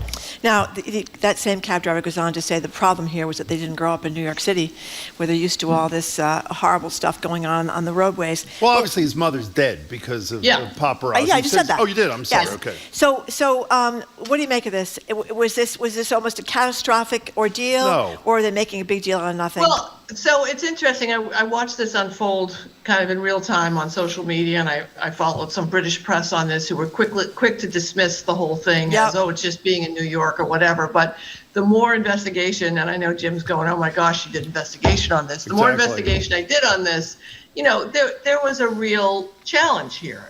Some folks immediately said, well, why weren't they in a black Ford SUV like everybody else is? They actually had changed cars. Yeah, they were. Because they didn't SUV. want, they started in the SUV. Yep. They had limited security. They had planned to go right to this person's home, but they didn't want to lead the paparazzi to the home where they were staying. Correct. They weren't staying at a hotel. So that's where the 2 hours came. A lot of folks on social media were like, how can you drive around for 2 hours in a high-speed chase in New York City? That's impossible. Well, they did drive around. They did change vehicles. And I have to say, I think if I had a high-profile parent who, and I had post-traumatic stress syndrome, which Harry has been diagnosed with, and as he has shared with us in his documentaries about how much anxiety he has had about being in the press, if I suddenly found myself in a cab behind a garbage truck in New York City surrounded by paparazzi. The flash bulbs going out. Just wait a second. I know this is going to sound unsympathetic, and I'm serious. This is not a joke. I know it's not. And I understand the trauma of losing your mother, particularly losing your mother this way. But if you're concerned about being in the media and it appears they were not chased in a vicious way at all, according to the cab driver. There's news photographers wanted to take their picture. Then you don't do an interview with Oprah Winfrey, and you don't do a book that's a bestseller in the world, and you don't do a Netflix thing. His wife was getting an award. I don't know. She wanted to go to the award ceremony with her mother when and get the award. When you do an Oprah interview, that's one of the most watched things in the world. When you go for an award, when you go to dinner, there are going to be a lot of people who want to take your picture. If you don't want to endure that, then you don't do the kinds of things that they voluntarily did. And by the way, made a couple $100 million doing. No, they couldn't afford more security, Jim. Okay, that's because the Royals, whatever. The Royals have cut them off. You two are, really. They couldn't pay for more. I'm with Harry. No, and I just think there's a level of it. I mean, sure, you go and give a. So we're basically saying that they are never allowed to go give a speech. No. They're going to have to accept that their picture is going to be taken. And by the way, I read all the accounts. I'm embarrassed to say, because I knew you were going to be here. I didn't see one in which anybody said the paparazzi crossed the line. They were. What are you talking about? They were talking about the paparazzi surrounding the car. The flashbulbs going out constantly. And they switched cars to get away from them, and they kept following them. But it was no. It was not like a high-speed chase. It was a low-speed chase. It was right, because of the traffic. Chase. It was a low-speed chase, but it was a but chase. If I followed you home and just kept taking your picture everywhere you went, I would love it. Change cars. I would love it. Okay. I wish you would. I wish somebody would. Jim wish somebody would. Exactly. Look out this weekend, Jim. I'm telling you. He drives a white Tesla. I drive very slowly, hoping somebody does see me and take my picture. Okay, I know I sound unkind. Sue. You do. Are you done with this, you two? No, we have By the one way, more thing. No, we're not talking about it. No, we're not. No, we don't have time. You know what I just learned today? What? Which I'm sure you both knew a week ago. Did you know that when What's-His-Face, Harry, was there for the coronation thing, he didn't speak to either his brother, which I knew. He didn't even speak to his damn father. I mean, what is wrong with his father? Listen, Marjorie and I are Irish. That's right. That happens every single holiday. Exactly. I've gone to complete weddings everything, and not spoken to anybody but the bartender. The grudges. I mean, that's just a family. It's just that clearly it's the Irish. Used to be part of the empire. That's there right. You go. It's how it is. Absolutely. Well, nice to see you, Sue O'Connell. Every time I say something nice about them, I take a lot of flack. I want you to know. I get the cousins calling me, texting me, telling me, well, how can you sell out your ancestors? I'm with the cousins. Okay, I'm in big trouble. Bye, Sue. Nice to see you. Okay. Sue O'Connell. Sue O'Connell, thank you very much. We've been speaking with our media maven, Sue O'Connell. She's the co-publisher of Bay Windows and South End News, a political analyst for NECN and NBC 10 Boston. After a quick break, it is AAPI Heritage Month, celebrating Asian culture. We are celebrating with two local restaurateurs, Tracy Chang of Pagu and Jimmy Liang, back for a second appearance. Well, they've both been here before. But Jimmy is owner of This week on Under the Radar with Callie Crossley, a new report could shoot down a proposed machine gun range on Cape Cod. Rhode Island officials text residents about overdose medicine. And New Hampshire Republicans force the takedown of a historical marker. It's our regional roundtable. That's Under the Radar with me, Callie Crossley, Sunday night at 6 here on 89.7 GBH and the GBH app. Support for GBH comes from you and Mass General Cancer Center, dedicated to providing compassionate care, and cancer specialists who are experienced in the cancer you have. When you hear the word cancer, their team is ready. Learn more at massgeneral.org/cancer. And Sunbug Solar, a full-service local solar energy company committed to being a renewable energy partner that guides homeowners and businesses through the solar process, from consultation to installation. Learn more at sunbugsolar.com. Trusted, local, news. You're listening to 89.7 WGBH, HD1 Boston, online at gbhnews.org. GBH News with NPR. What matters to you?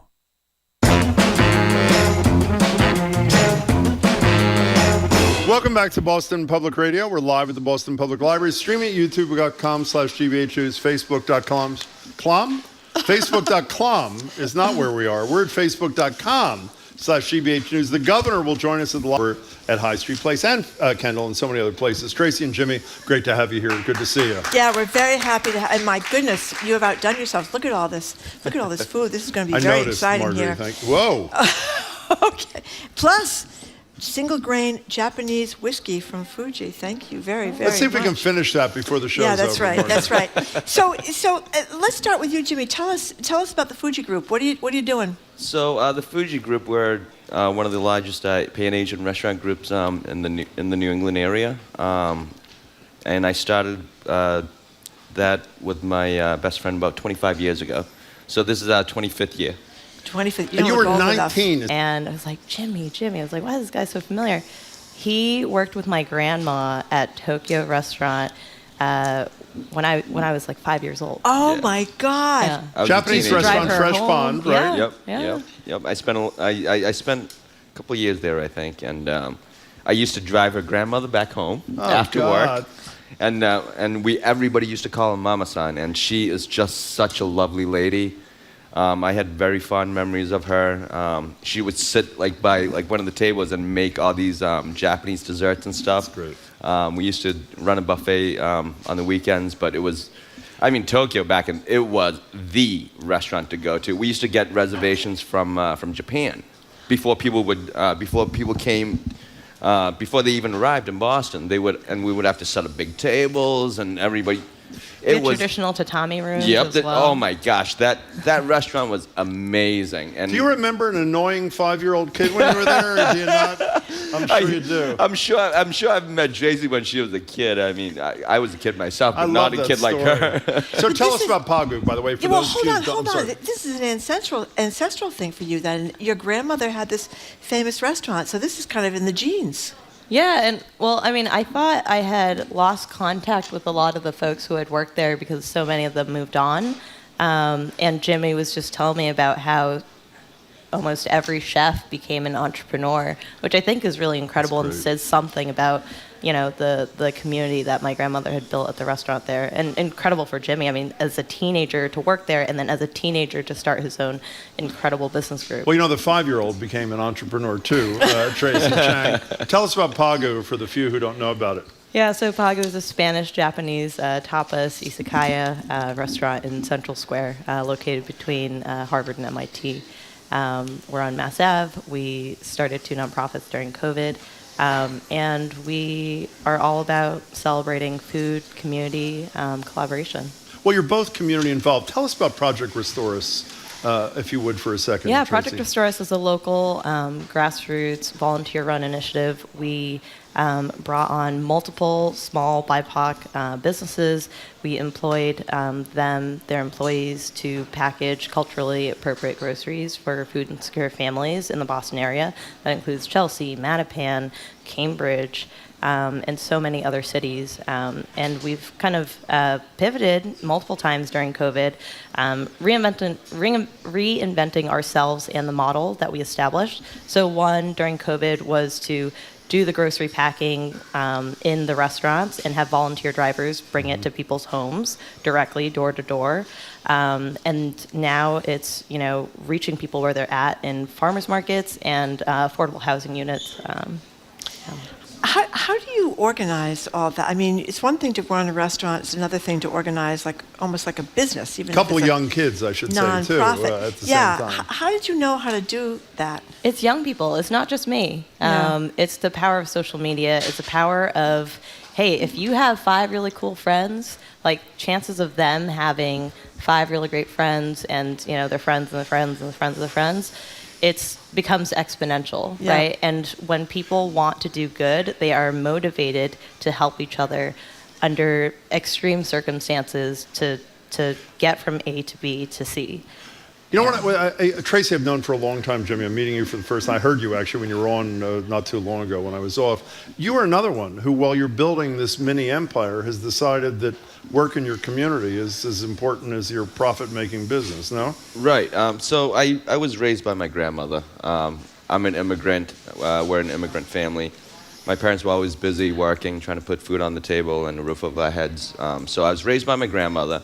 My grandma used to always tell me this one thing. She always said, son, if you leave a place just a little bit better than you first found it, you're going to do all right in life. And I said, yes, Grandma, I will. And after all these years of working, and I think Tracy's done amazing things, her nonprofit, right? You are somebody that I would look up to. Why? It's because I'm in for-profit. The only things that I can do from my for-profit business, I can support my local communities by donating food, donating my time, donating to charity, working with everybody, and that's what I do on a very small scale. But I've always thought about doing nonprofit, but I just I think I might be too selfish. I have her phone number, by the way, in case you need it, Jimmy.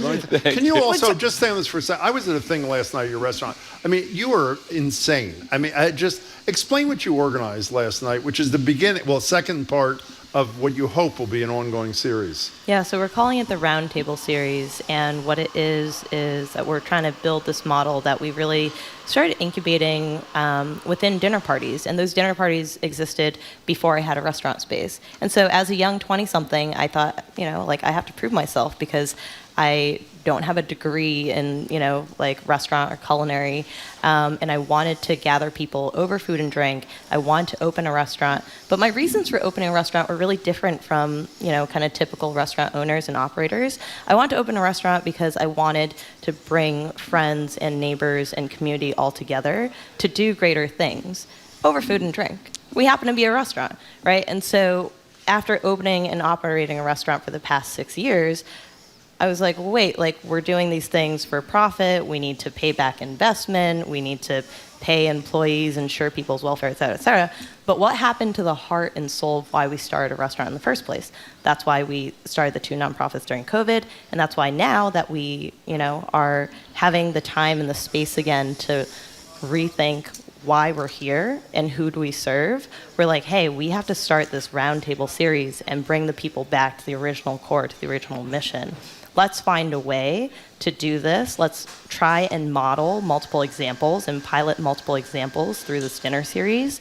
And let's make a scalable model that other restaurants can do this so that food and beverage experiences, when you go to, say, a fundraiser, is not just about, cool celebrity chefs and big ticket dinners, big donations. Well, what about the students? What about the local neighbors that can't afford that ticket price? We make sure that we have students comped. We make sure we have folks comped so that it's not just pricing people out and only bringing in a very rich demographic. There's a combination, a nice mix of folks in the room. It's not just, an AAPI event is not just all Asian people in the room together. We don't want to create an echo chamber. Well, we sat next to, by the way, 2 young Dartmouth students who were involved in a photography project in Chinatown. A little bit further down the table was one of your best friends, the legendary 99-year-old Marvin Gilmore, who spoke to the crowd. And it's just a wonderful, you learn a lot, you get to meet people. I'm not big into that. It gives me hives, and I loved every minute of it. And there's another one, by the way, on June 8th, right? Yeah. How do people find out about that if they want to participate? Fabulous food, fabulous talk. Yeah, look to our website, look to our social media channels. June 8th is our 3rd installation of the Roundtable Series. It'll be focused on World Ocean Days, which is going to talk about sustainable seafood, but from the perspective of farming, fish farms, and technology and innovation. We have awesome chefs that are traveling from DC and Maine, and also local chefs like Will Gilson.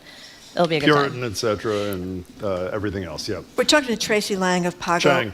Tracy Chang, excuse me, of Pago. And Jimmy Liang of JP Fuji Group, respectively. You spoke, Jimmy, about working a million years ago at Tracy's grandmother's restaurant that was people made reservations from Japan at that reservation. They were coming here and stuff. But talk about, since then, there's this explosion of Asian food experiences, very different and very varied. Tell us about that. Well, right now, with foods, I feel like it goes through a lot of different trends. And sushi's been on the rise for years, and that's the industry that I'm in. And what Tracy said earlier was, and I told her it's a fun tidbit about the culture that her grandmother created. Because all of us that used to work there, I'd have to say at least 95% of all of us, we all became business owners at one point. So it really is it speaks to the testament of the kind of culture and community that her grandmother built. Because even as an adult, I'm 45 now, I still remember her grandmother very fondly. She was just a lovely, lovely woman, super kind, and just willing to help and mentor. She's an amazing lady. So, but again, with the explosion of different Asian foods, I think it's just right now where I think our country is very diverse, and I think it's the difference in the foods is filling in the voids that was never there. Okay, so we Especially gotta in eat. Boston, Can we especially eat or in what? Boston, because you think of New York as having, you go to New York and there's like this potpourri of a million places you could go. And I mean, I'm not a food expert like you are. I'm kind of a dull eater. She's pointing but at me. I'm even not an expert. I'm a consumer. I have noticed Thank you. that Boston is suddenly, like I Okay. said, exploding with all these different choices. Can we eat? I mean, enough Yes. of this. Tracy, what'd you bring, first of all? Let's start with you. What Look at is this. Look at this little Well, kerchief-like first, container. Yeah, sure. let's You untie gotta this be thing. See this? gentle to open that. It's a furoshiki, so Okay. Japanese word for this cloth that you can wrap up little gifts. There is glass in there, so just be careful when you open. Thank you. Almost blew that. Yeah. But I brought you something very simple, but this is actually what my grandmother would make me. So it's a very Taiwanese dish. You can't find it at my restaurant. It's called mi fin, which means literally rice noodle. Yeah. Oh my gosh. Yeah. They're beautiful So looking. I made that this morning after I went to bed Ooh, at nice. like 3 a.m. last night. Oh after my doing God. that. But my mom and I made that because she had to make sure that I was making it properly and Oh my tasting goodness, it and this adding a looks little bit of gorgeous. this, a little bit more of that, and At least so, your mother lets you go into the kitchen. My mom kicks me out. My mom says no. Wow. so we made it together. That's fabulous. And Jimmy, tell us about Fabulous. the sushi that's here. The sushi that I brought, I brought 2 platters. One of them is all vegan. The other one is a smorgasbord of salmon, tuna, shrimp, all sorts of roe. It's just fun food, fun finger foods. Okay, can I go over and get some of the vegan sushi? Is that all right? Well, you can, and you can open them up so I can have some too. Jimmy, you also brought something. Yes. Fuji single grain Japanese whiskey, which looks like pretty fine stuff. Is that It's a very good whiskey. I wish I could say that it was mine, but it's not. I was introduced to this whiskey, and when I saw it had the same name as me, and I said, you know what, I'm gonna do this. So I bought. I don't know. My staff are still making fun of me for buying basically the whole thing, but it's very good whiskey. I love it. A lot of people love it. Very smooth. By the way, I know we're being rude. We're eating while you're not. But the good news is that there's enough sushi that if you're polite and stick around and don't scream at us, we will actually pass these around the Newsfeed Cafe. So be patient for a couple minutes. On a much more somber note, Tracy, we talked about this before. Obviously, the pandemic and the sadism of Donald Trump led to a lot of anti-Asian hate. And we've talked to a ton of people, including you, about that it wasn't just in other places. It was here, too. We're a couple years down the line. We're 2 years removed from at least the first iteration of Donald Trump. How are things in 2023? Yeah, I mean, when we talked before, I shared some stories from my grandmother's restaurant and also from her own personal experience where, people had thrown Molotov cocktails through her window, tried to, blow up her restaurant, burn it down. And, in her home multiple times in both Winchester and in Lexington, which are wealthy suburbs, she had been tied up and robbed, et cetera. And I think as a kid, I was conditioned and trained to not speak up, to be humble, to be grateful, to be careful. And now, that I have a little bit more of a presence, a business, a platform, I'm at this crossroads of like, well, what do I do about, AAPI hate, and how do I stick up for, my people, my race, other races as well, Latinx communities, right? Solidarity is really important, not just for AAPI during AAPI month. And I think that it's still a challenge. It doesn't just go away in a year. It doesn't just go away with 1 action, 2 actions, et cetera.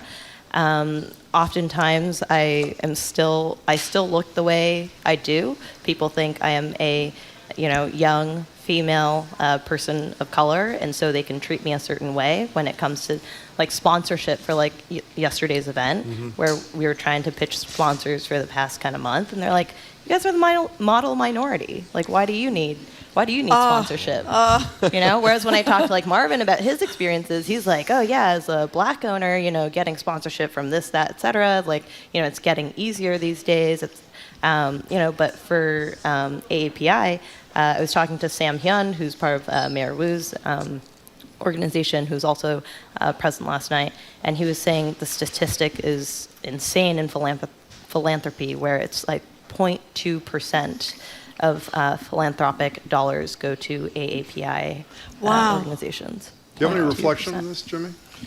Well, so as a kid growing up in Quincy, Mass, when I was a kid, I was maybe one of 5 Asian kids that grew up in the city. But now the minority has become the majority. And so I've seen the city change in itself.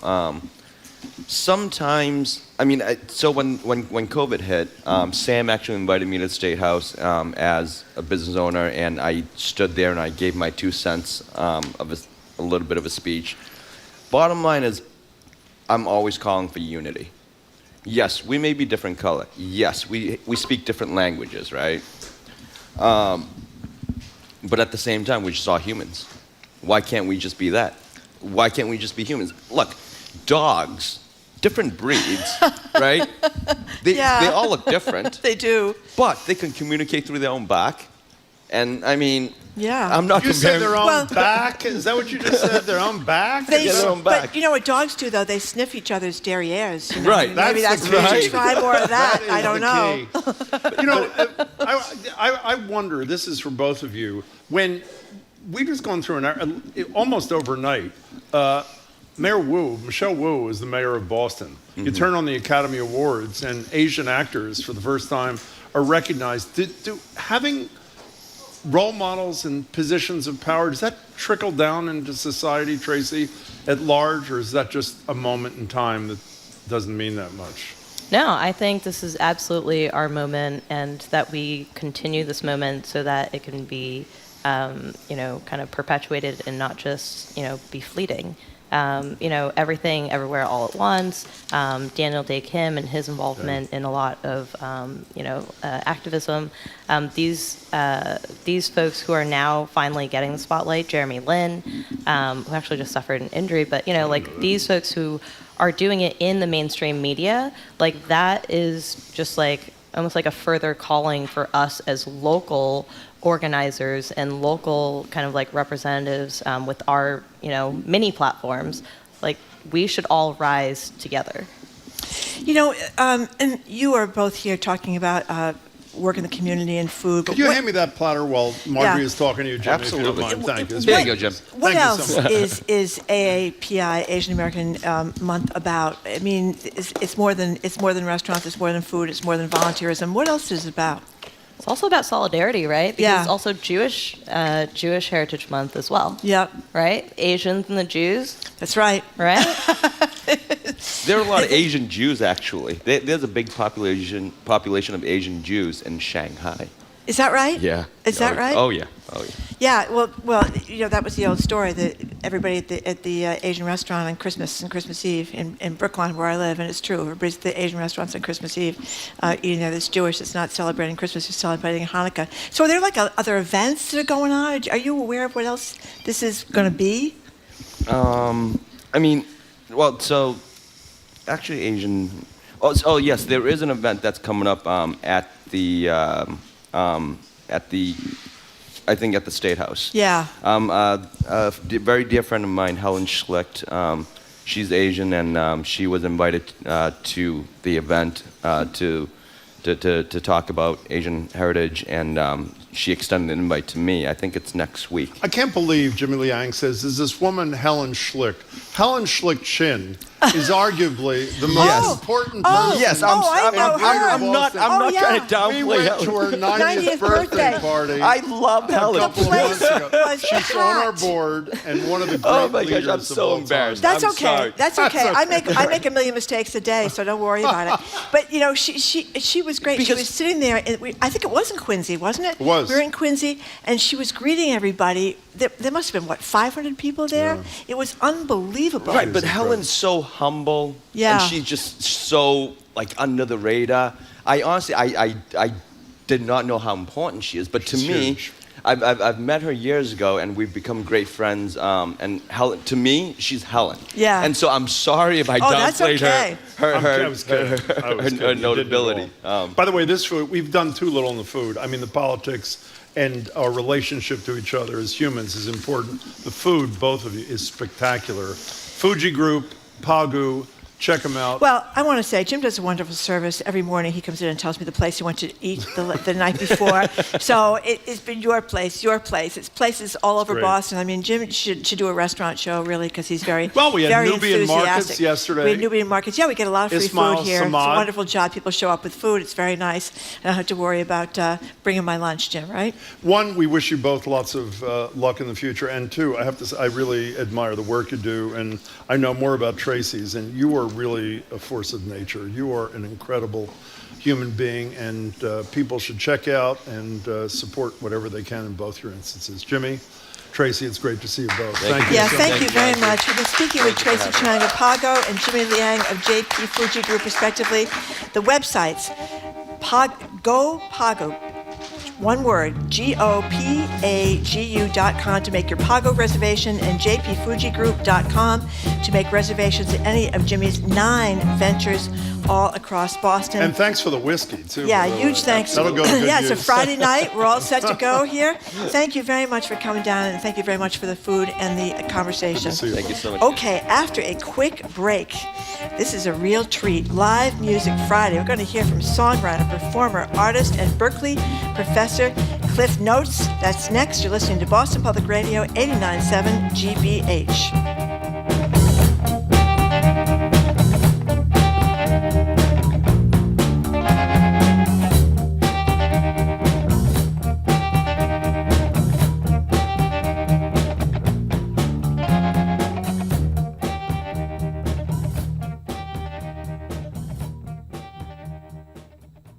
When David Simon created the TV show The Wire 2 decades ago, streaming wasn't a factor and artificial intelligence was the stuff of science fiction. Now he says everything has changed. You can't live on 3 weeks' salary. That's what's happening now. We'll talk with the veteran showrunner about why the Writers Guild of America is striking on All Things Considered from NPR News. Today at 4, here on GBH News 89.7. Funding for our programs comes from you and the University of Massachusetts Amherst, dedicated to generating new knowledge and applying discoveries to the betterment of society. You can learn more about research, innovation, and economic impact for the Commonwealth at umass.edu. And Newport Mansions with the lecture series The Gilded Age Years, Transforming America, exploring America's evolvement from horse-drawn to motor-driven travel, oil lamp lights to electric lights, and more. Tickets at newportmansions.org.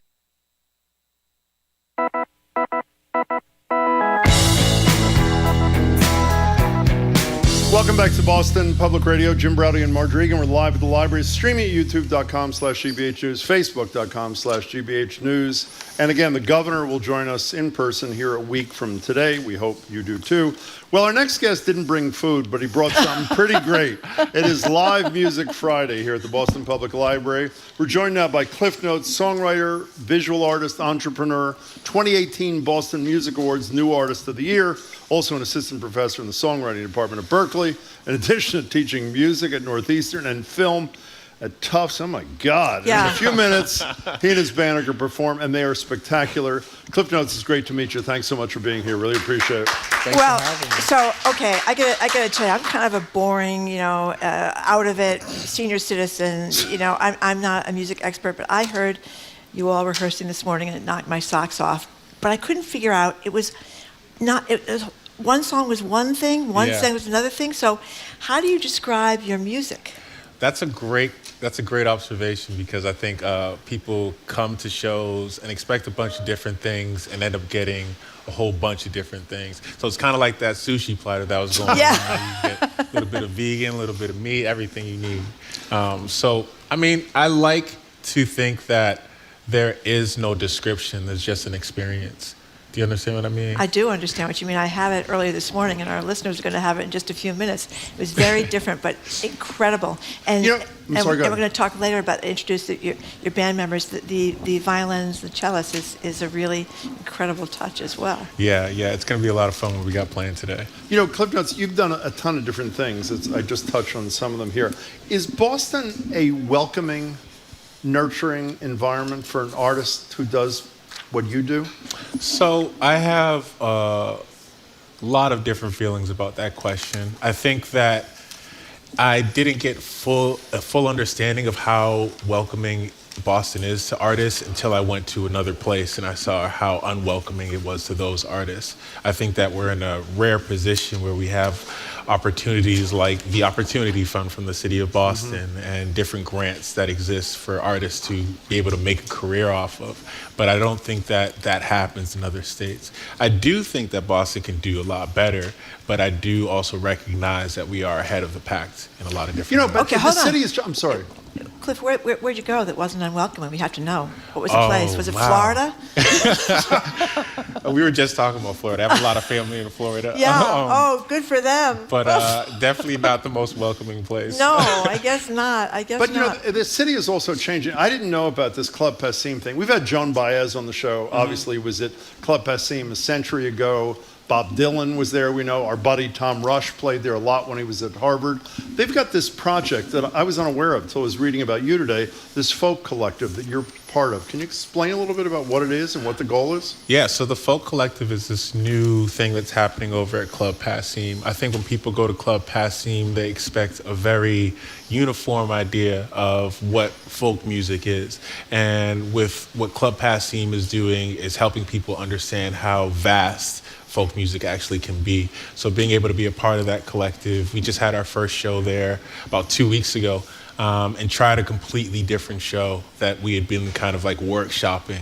And it was an amazing experience. So it's me and 11 other artists from all over Massachusetts who are varying in all of the folk different expectations of what folk music is.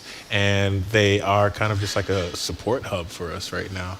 By the way, part of what you did was with our buddy Will Daly, who we've known forever. He's great. What's your relationship with Will? Will is basically my older brother. Is that really so? No. I meant, you mean like mentor? Yeah, he's 100% my mentor. He has also, one of the songs that you're going to hear later, he produced that with me, and also Rain. We kind of connected a few years ago.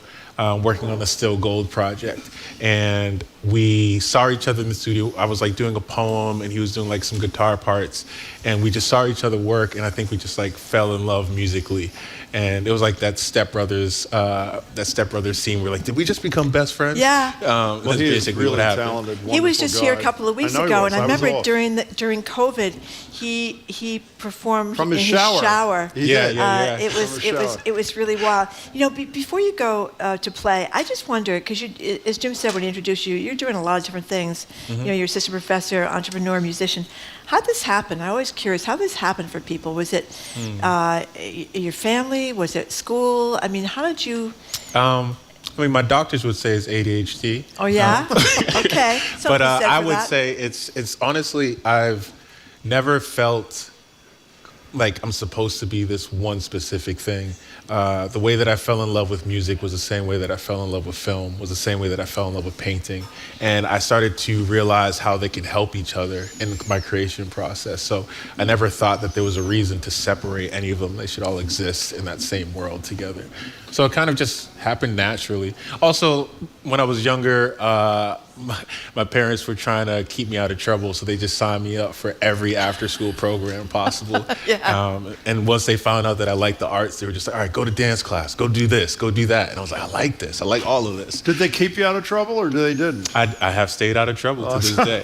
So he says. So you can either introduce your bandmates now or after the first song. You want to do it now, or do you want to wait till you play? I feel like I would love for people to hear us, and then we could talk about it. What are you going to play?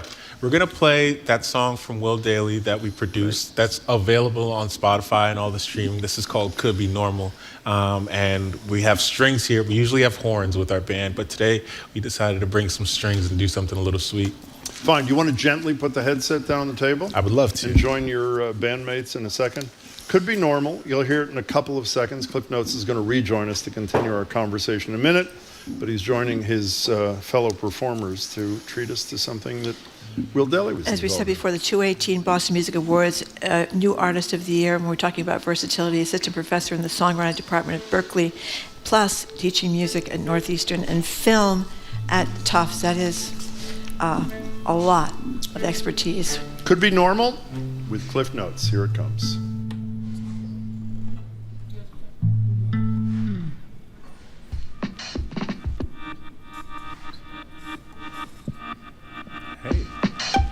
I've been up, I've been down. Sometimes I can't take my head off the ground. Sometimes out the clouds. What am I missing? Why am I different? What could be normal? What could be normal?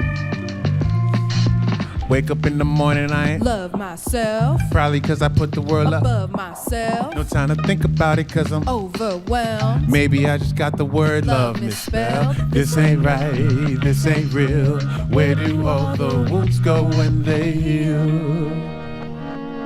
Spend so much life trying to find a definition. You forget the genes always grows with repetition. Making that deficient can't make a real decision. Prescription ain't a prison, prescription ain't religion. But I guess we gotta thank God that we live in. That ain't real. Then who we thank now? Who? I've been up, I've been down. Sometimes I can't get my head off the ground. Sometimes out the clouds. What am I missing? Why am I different? What could be normal? What could be normal? Why they always tell me get a hold of myself? I'm pretty busy loving both myself. So say, why they always tell me get a hold of myself? I'm pretty busy loving both myself. So say, why they always tell me get a hold of myself? I'm pretty busy loving both of myself. So say, why they always tell me get a hold of myself? I'm pretty busy loving both myself. So then, and here I come, call me down when you're down, when you're. Cause if I really think about it, and if I really think about it, and I'll end up thinking about it, I might end up in this hole. And if I really think about it, I mean, really think about it and then not think about it, I could give me some control. So,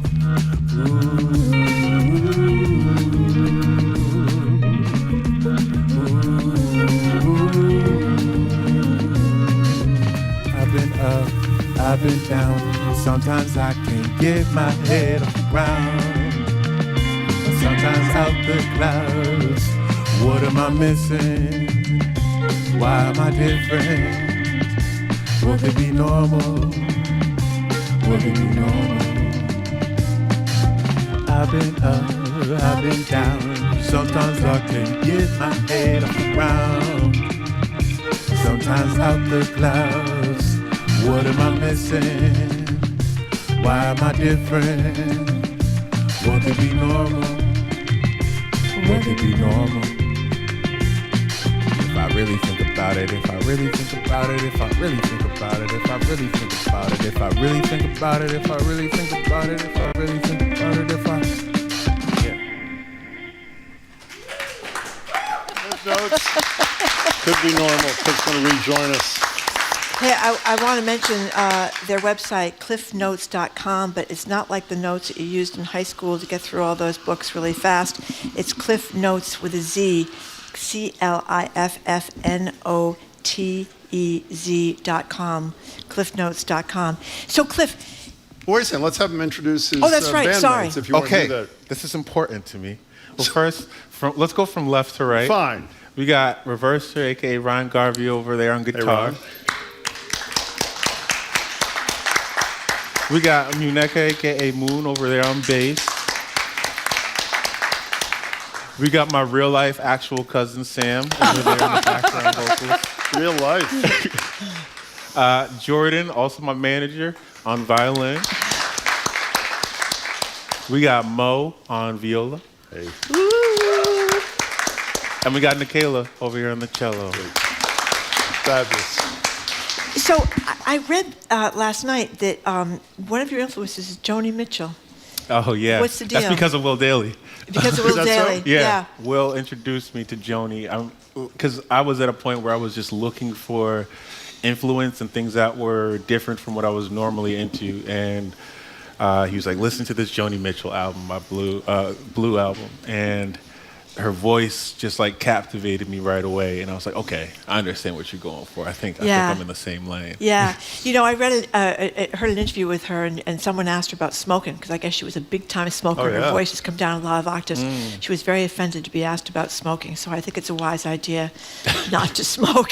Well, Etta James smoked a lot too, and she had a great voice. Yeah. So what? But did it just come down in because she was a soprano at the beginning of her career. Now she's more of a, what do you call that? A mezzo soprano or contralto or something like that. As well. I remember seeing. Did Whitney smoke? I saw it in the movie. Yeah, I saw it in the movie, and a painful movie, I should say too. Sort of like Tracy Chang, who I know really well, and you, who I'm just meeting. When I read about your career, you spent a lot of time not only lifting yourself up, but working to lift other artists up around you. What's the motivation for the sort of rising all boats kind of deal? That's literally what I was about to say. Oh, really? A rising tide raises all ships. And I think that it's not as productive for me to just try and focus on something for myself. I think building a city that just pushes artists forward and being able to build that for everyone else makes it easier for myself to exist as well. Plus, it's just way more beautiful to see when your friends are also out there striving.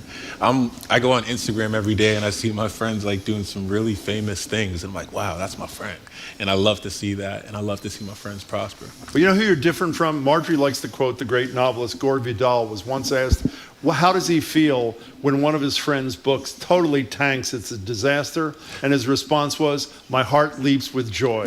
You were sort of the anti-Gore Vidal there. No, I would feel really sad and I would call one of my friends if their book would tank. Well, I think we can all consider, after listening to Cliff Notes, what could be normal? I mean, it's a question I ask myself I don't know if normal exists. every day. So, Cliff, before you tell us what you're playing, a second song, how do people, we know that what the website is, Marjorie will give it again. How do we find you in the real world? In the real world, you can spot me out in public. I'm 6'7". It's hard to miss me. And I mean, like playing kind of thing is what I meant. Cliff. Oh, follow me on Instagram and Twitter and all the things. Cliffnotes, 2 Z's, both. Two Z's? Or at least on the Twitter and Instagram. Okay. Yeah. But we'll be playing a bunch of shows. We're starting to ramp up things. Actually, I'm still recovering from surgery, but being able to jump back into performing again this summer is something we're really planning. Yeah. How about during COVID? During COVID, I kind of just went out to the mountains and disappeared and wrote records with Will Dailey. Pretend to be Bon Iver, pretty much. Oh. But that's where a lot of the music that we're starting to perform now was being made during COVID. I'm a type of person that makes 5-6 songs a day just naturally, even if they're trash, just get them out. But we were in COVID just continuously producing things and being like, all right, so let's make this kind of album, let's make this kind of album, let's make this kind of album. We made all of the albums. And then now we're trying to figure out how to not just drop 75 songs at one day. Well, if you make 5 songs in a day, do you go back and edit them or fix them or redo them, or do you just get them out and then let them go? So this is something that I teach my songwriting students, is that like trusting your first instinct. You know how to ride a bike, you got to get on and ride the bike.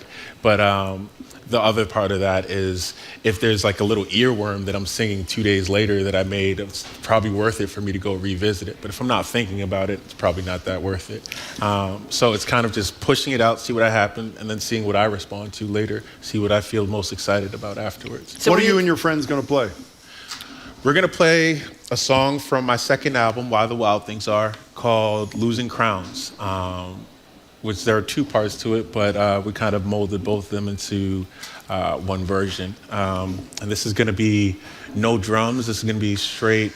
It's a really beautiful version of this song. I'm really excited to perform this. I also want to thank Eric Seligman, who also is my trumpet player on most of my records, but he helped write most of these arrangements that we're performing today for the string. So thank you, Eric, if you're watching. I know you are. You're really a generous soul there, Cliff Notes. Thank you. Why don't you put your headset down again and rejoin your bandmates? And Marjorie, maybe you can give the website one more time for people? I will give the website, and I want to make sure in Cliff Notes, the website is 1Z in the website, right? Yeah. Okay, 1Z. cliffnotes.com, CLIFFNOTEZ. If you remember Cliff Notes, it's the same thing, except there's a Z instead of an S. And 2 Z's on Instagram and Twitter is what No, I'm a we're little doing. embarrassed, Jim, that we're switching after Cliff Notes to Taylor Swift. I don't know if that's I a know. good segue. That's a very excellent point, which I hadn't thought about this morning. Well, let me tell you, when Cliff Notes is playing to 55,000 people Friday, Saturday, and Sunday, we'll talk about you all day, too. Is that a deal? Okay. Okay. I knew you were. Cliff Notes, take it away.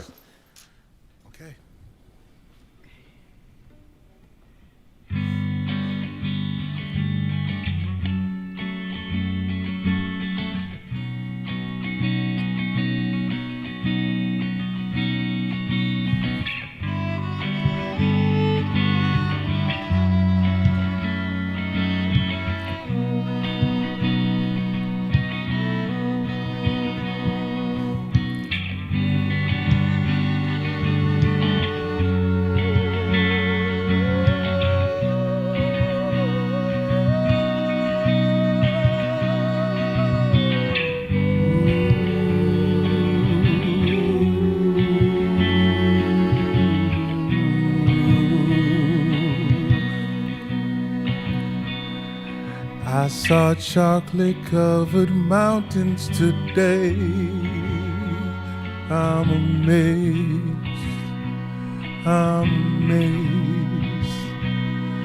I might sip right from the fountain they hate. It's okay. It's okay. I feel high and mighty. I just might be someone royal. They laughed at me to spite me. It's just like me to be spoiled. They told me when you look down, you lose your crown. When you look down, you lose your crown. Lose your crown.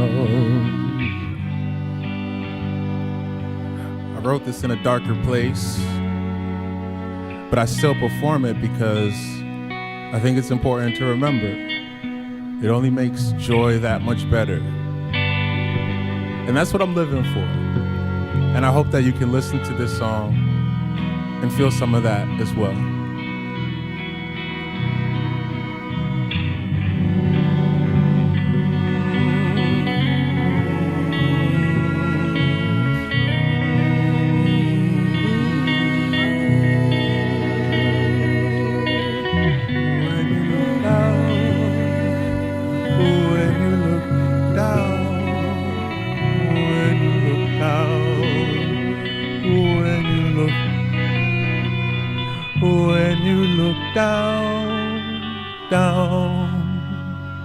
You lose your crown. Lose your crown. When you look down, you lose your crown. Lose your crown.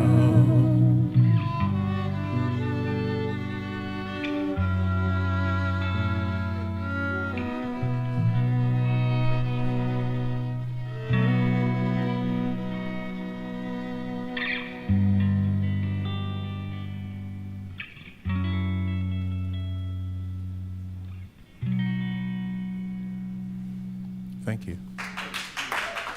Beautiful. You've been speaking with musician, educator, entrepreneur Cliff Notes. For more, visit their website. It's cliffnotes.com. Notes is spelled N-O-T-E-Z, cliffnotes.com. On Instagram, follow their Wild Extended Universe for details on new projects in and around Boston. That's at WildDXU, but Wild is with 2 eyes. That's at WildDXU. Thank you You're very, all very great. much. Thank you so much for for coming being in. here. Really appreciate it. I'm embarrassed to That's say, great. after listening to that music, what are we I'm talking about embarrassed next? too. I wish you weren't here anymore to hear this. We're talking about Taylor Swift at the concert this Saturday. It is what it is, Marjorie. You can't get tickets unless you're willing to sell both of your kidneys, but we're going to open the lines anyway to get your thoughts on this phenomenon.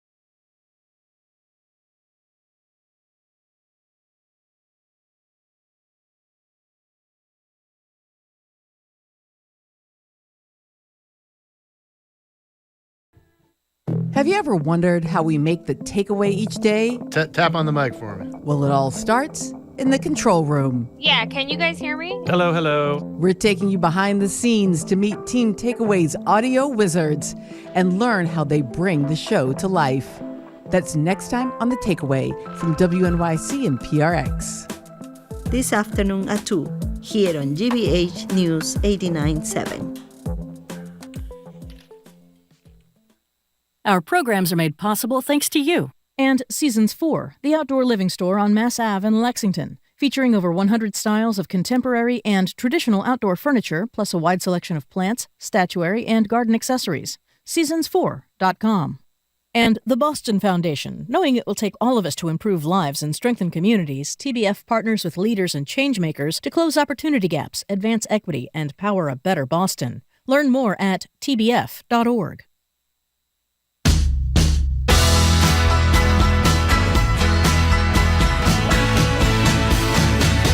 Welcome back to Boston Public Radio. Jim Browdy, Marjorie Egan, live at the library, streaming youtube.com/GBH News, facebook.com/GBH News. We'll end the week with, well, I wish actually we were ending it with Cliffnotes, but we almost did. We're ending it with Taylor Swift. Or not.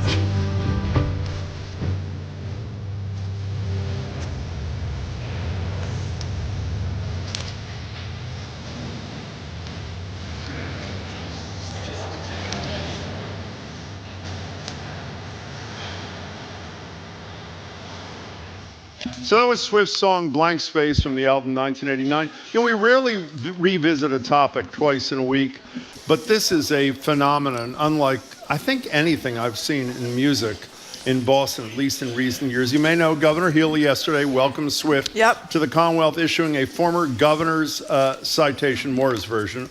That was her joke, not ours, by the way. The shows, as I'm sure you heard, are Friday, Saturday, and Sunday this week, all sold out on StubHub. For tonight's show, the cheapest ticket we could find this morning was $1,060. The most expensive, $4,788. $4,788. We don't have much time, but give us a buzz, 877-301-8097. And we did this the other day. Virtually everybody who called was going. Are you going? And if you're not going, do you feel like you're missing out on a capital E event? 877-301-8097. You know, the Globe has done like about 19 about 100 stories, right? And apparently, I didn't know this.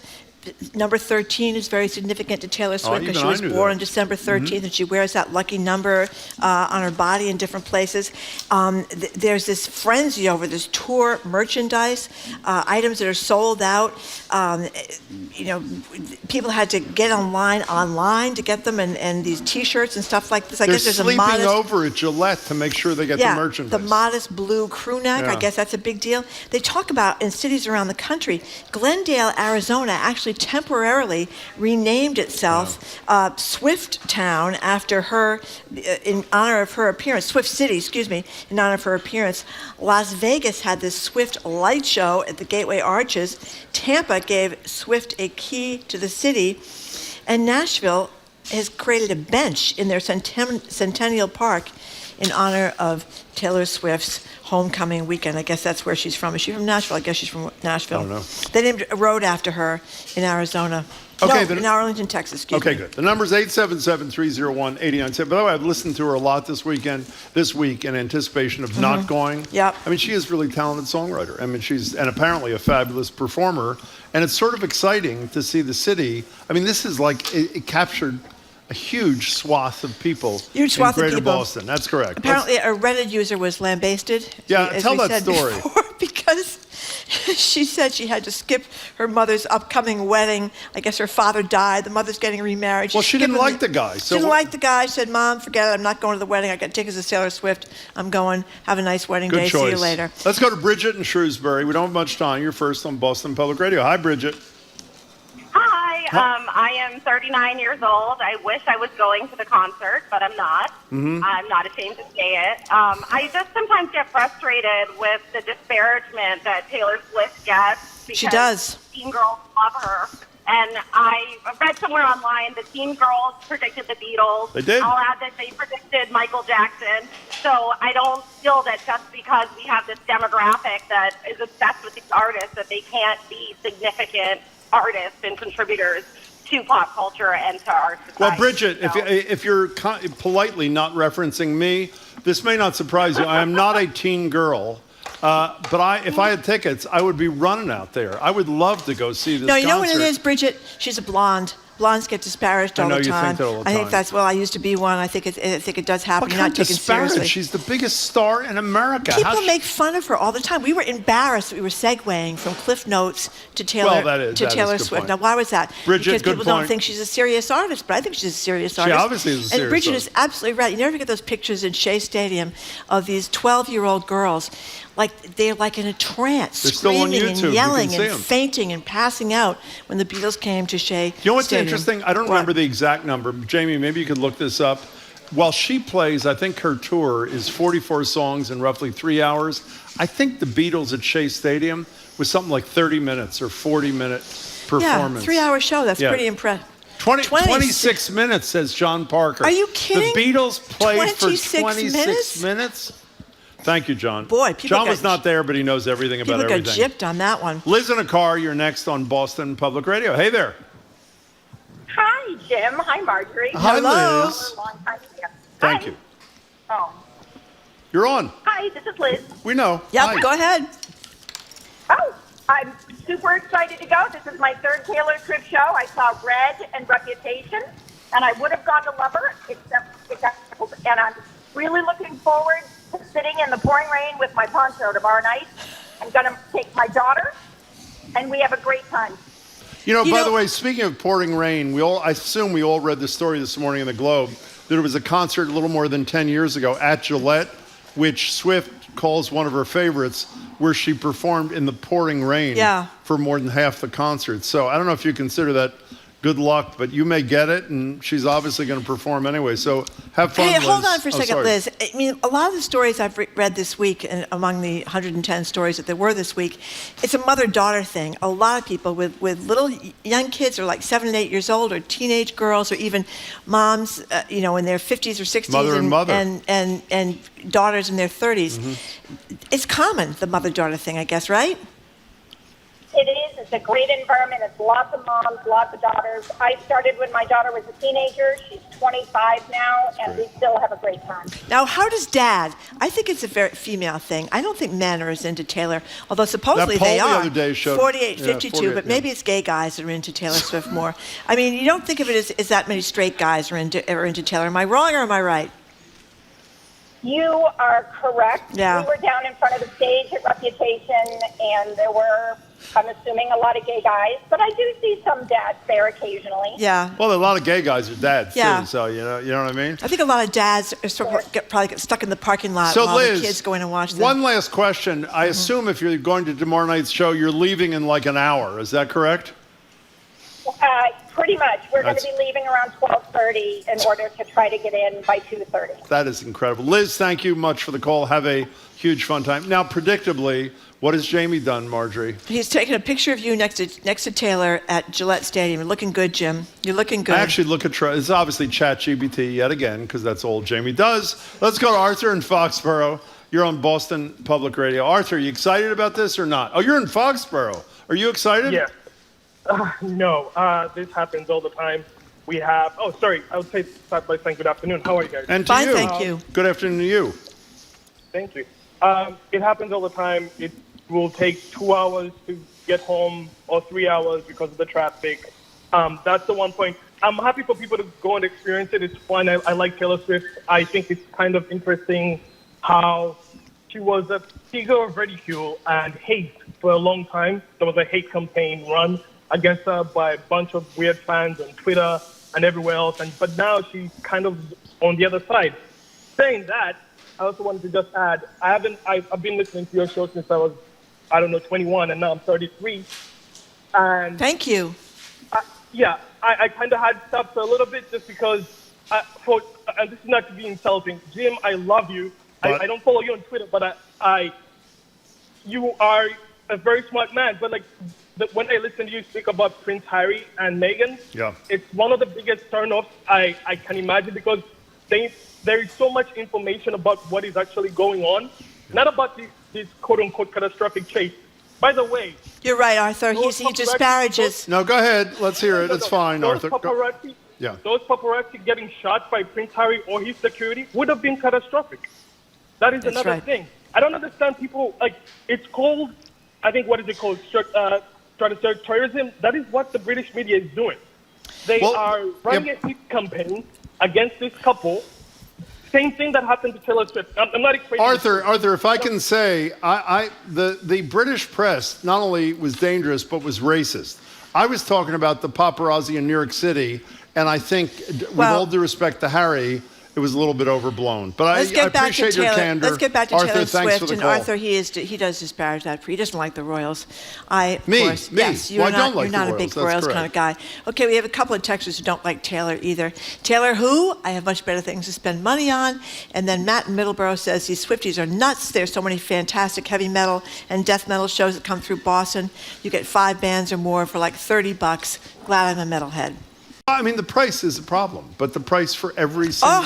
What? How much do you need to donate to the next GBH pledge to get Taylor Swift tickets?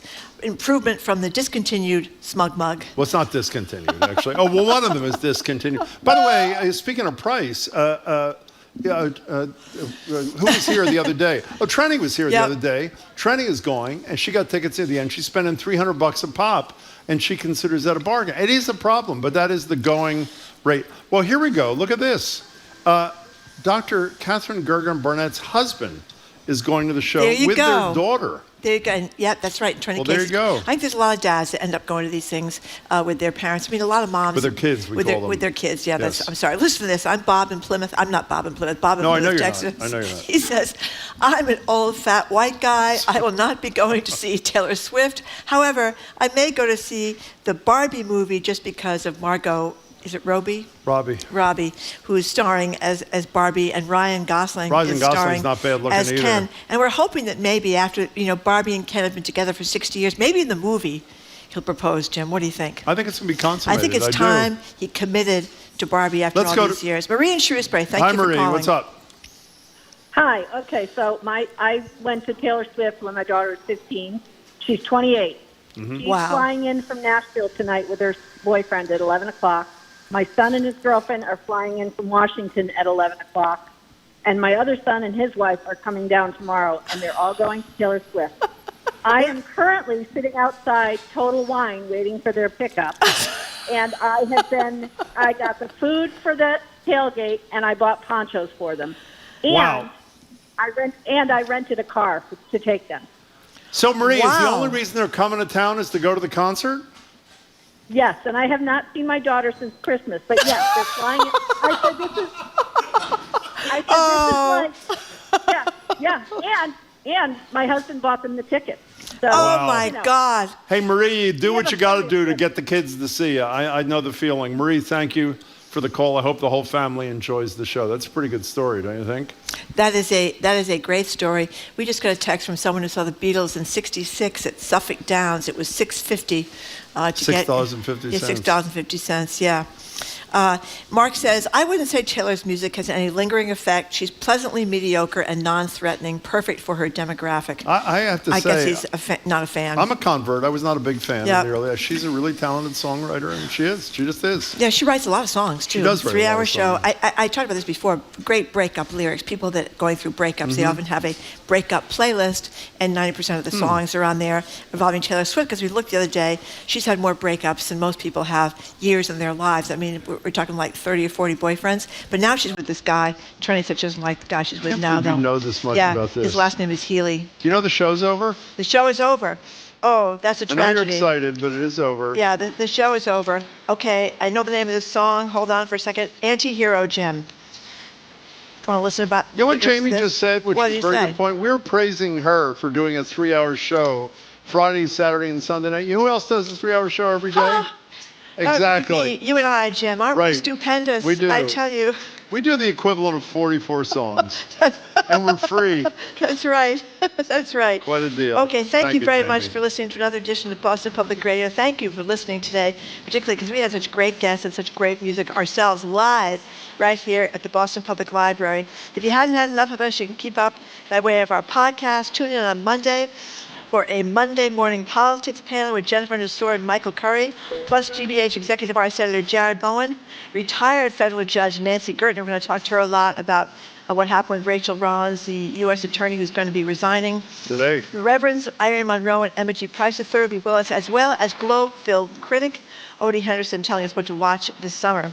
We want to thank our crew, Zoe Matthews, Aidan Conley, Nicole Garcia, Hannah Loss. Our engineer is John the Claw Parker. Our executive producer is Jamie Bologna. And special thanks to the gang here at the library, Evelyn Brito, Cy Patel, and Colin Cockrell. I am Marjorie Egan. And I am Jim Bradley. Thank you so much again for tuning in today. Hope you can tune in on Monday. And meanwhile, have a great afternoon.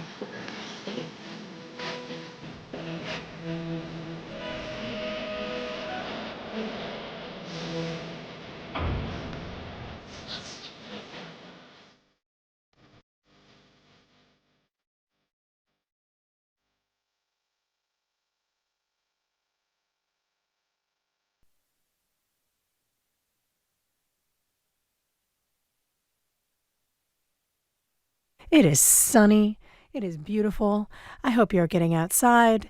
And we are so happy, nay, we are honored that you are choosing to spend your time with us when the weather is so nice. We have a lovely afternoon coming up for you that I'm very excited to share.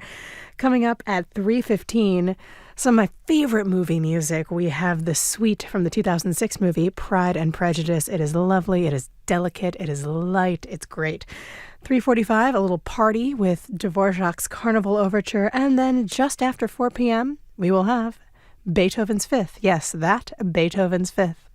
Right now it's 1:59, so let's keep the afternoon rolling right along. Here is Daniel Hope with the Chamber Orchestra of Europe Soloists performing Falconieri's Ciacona.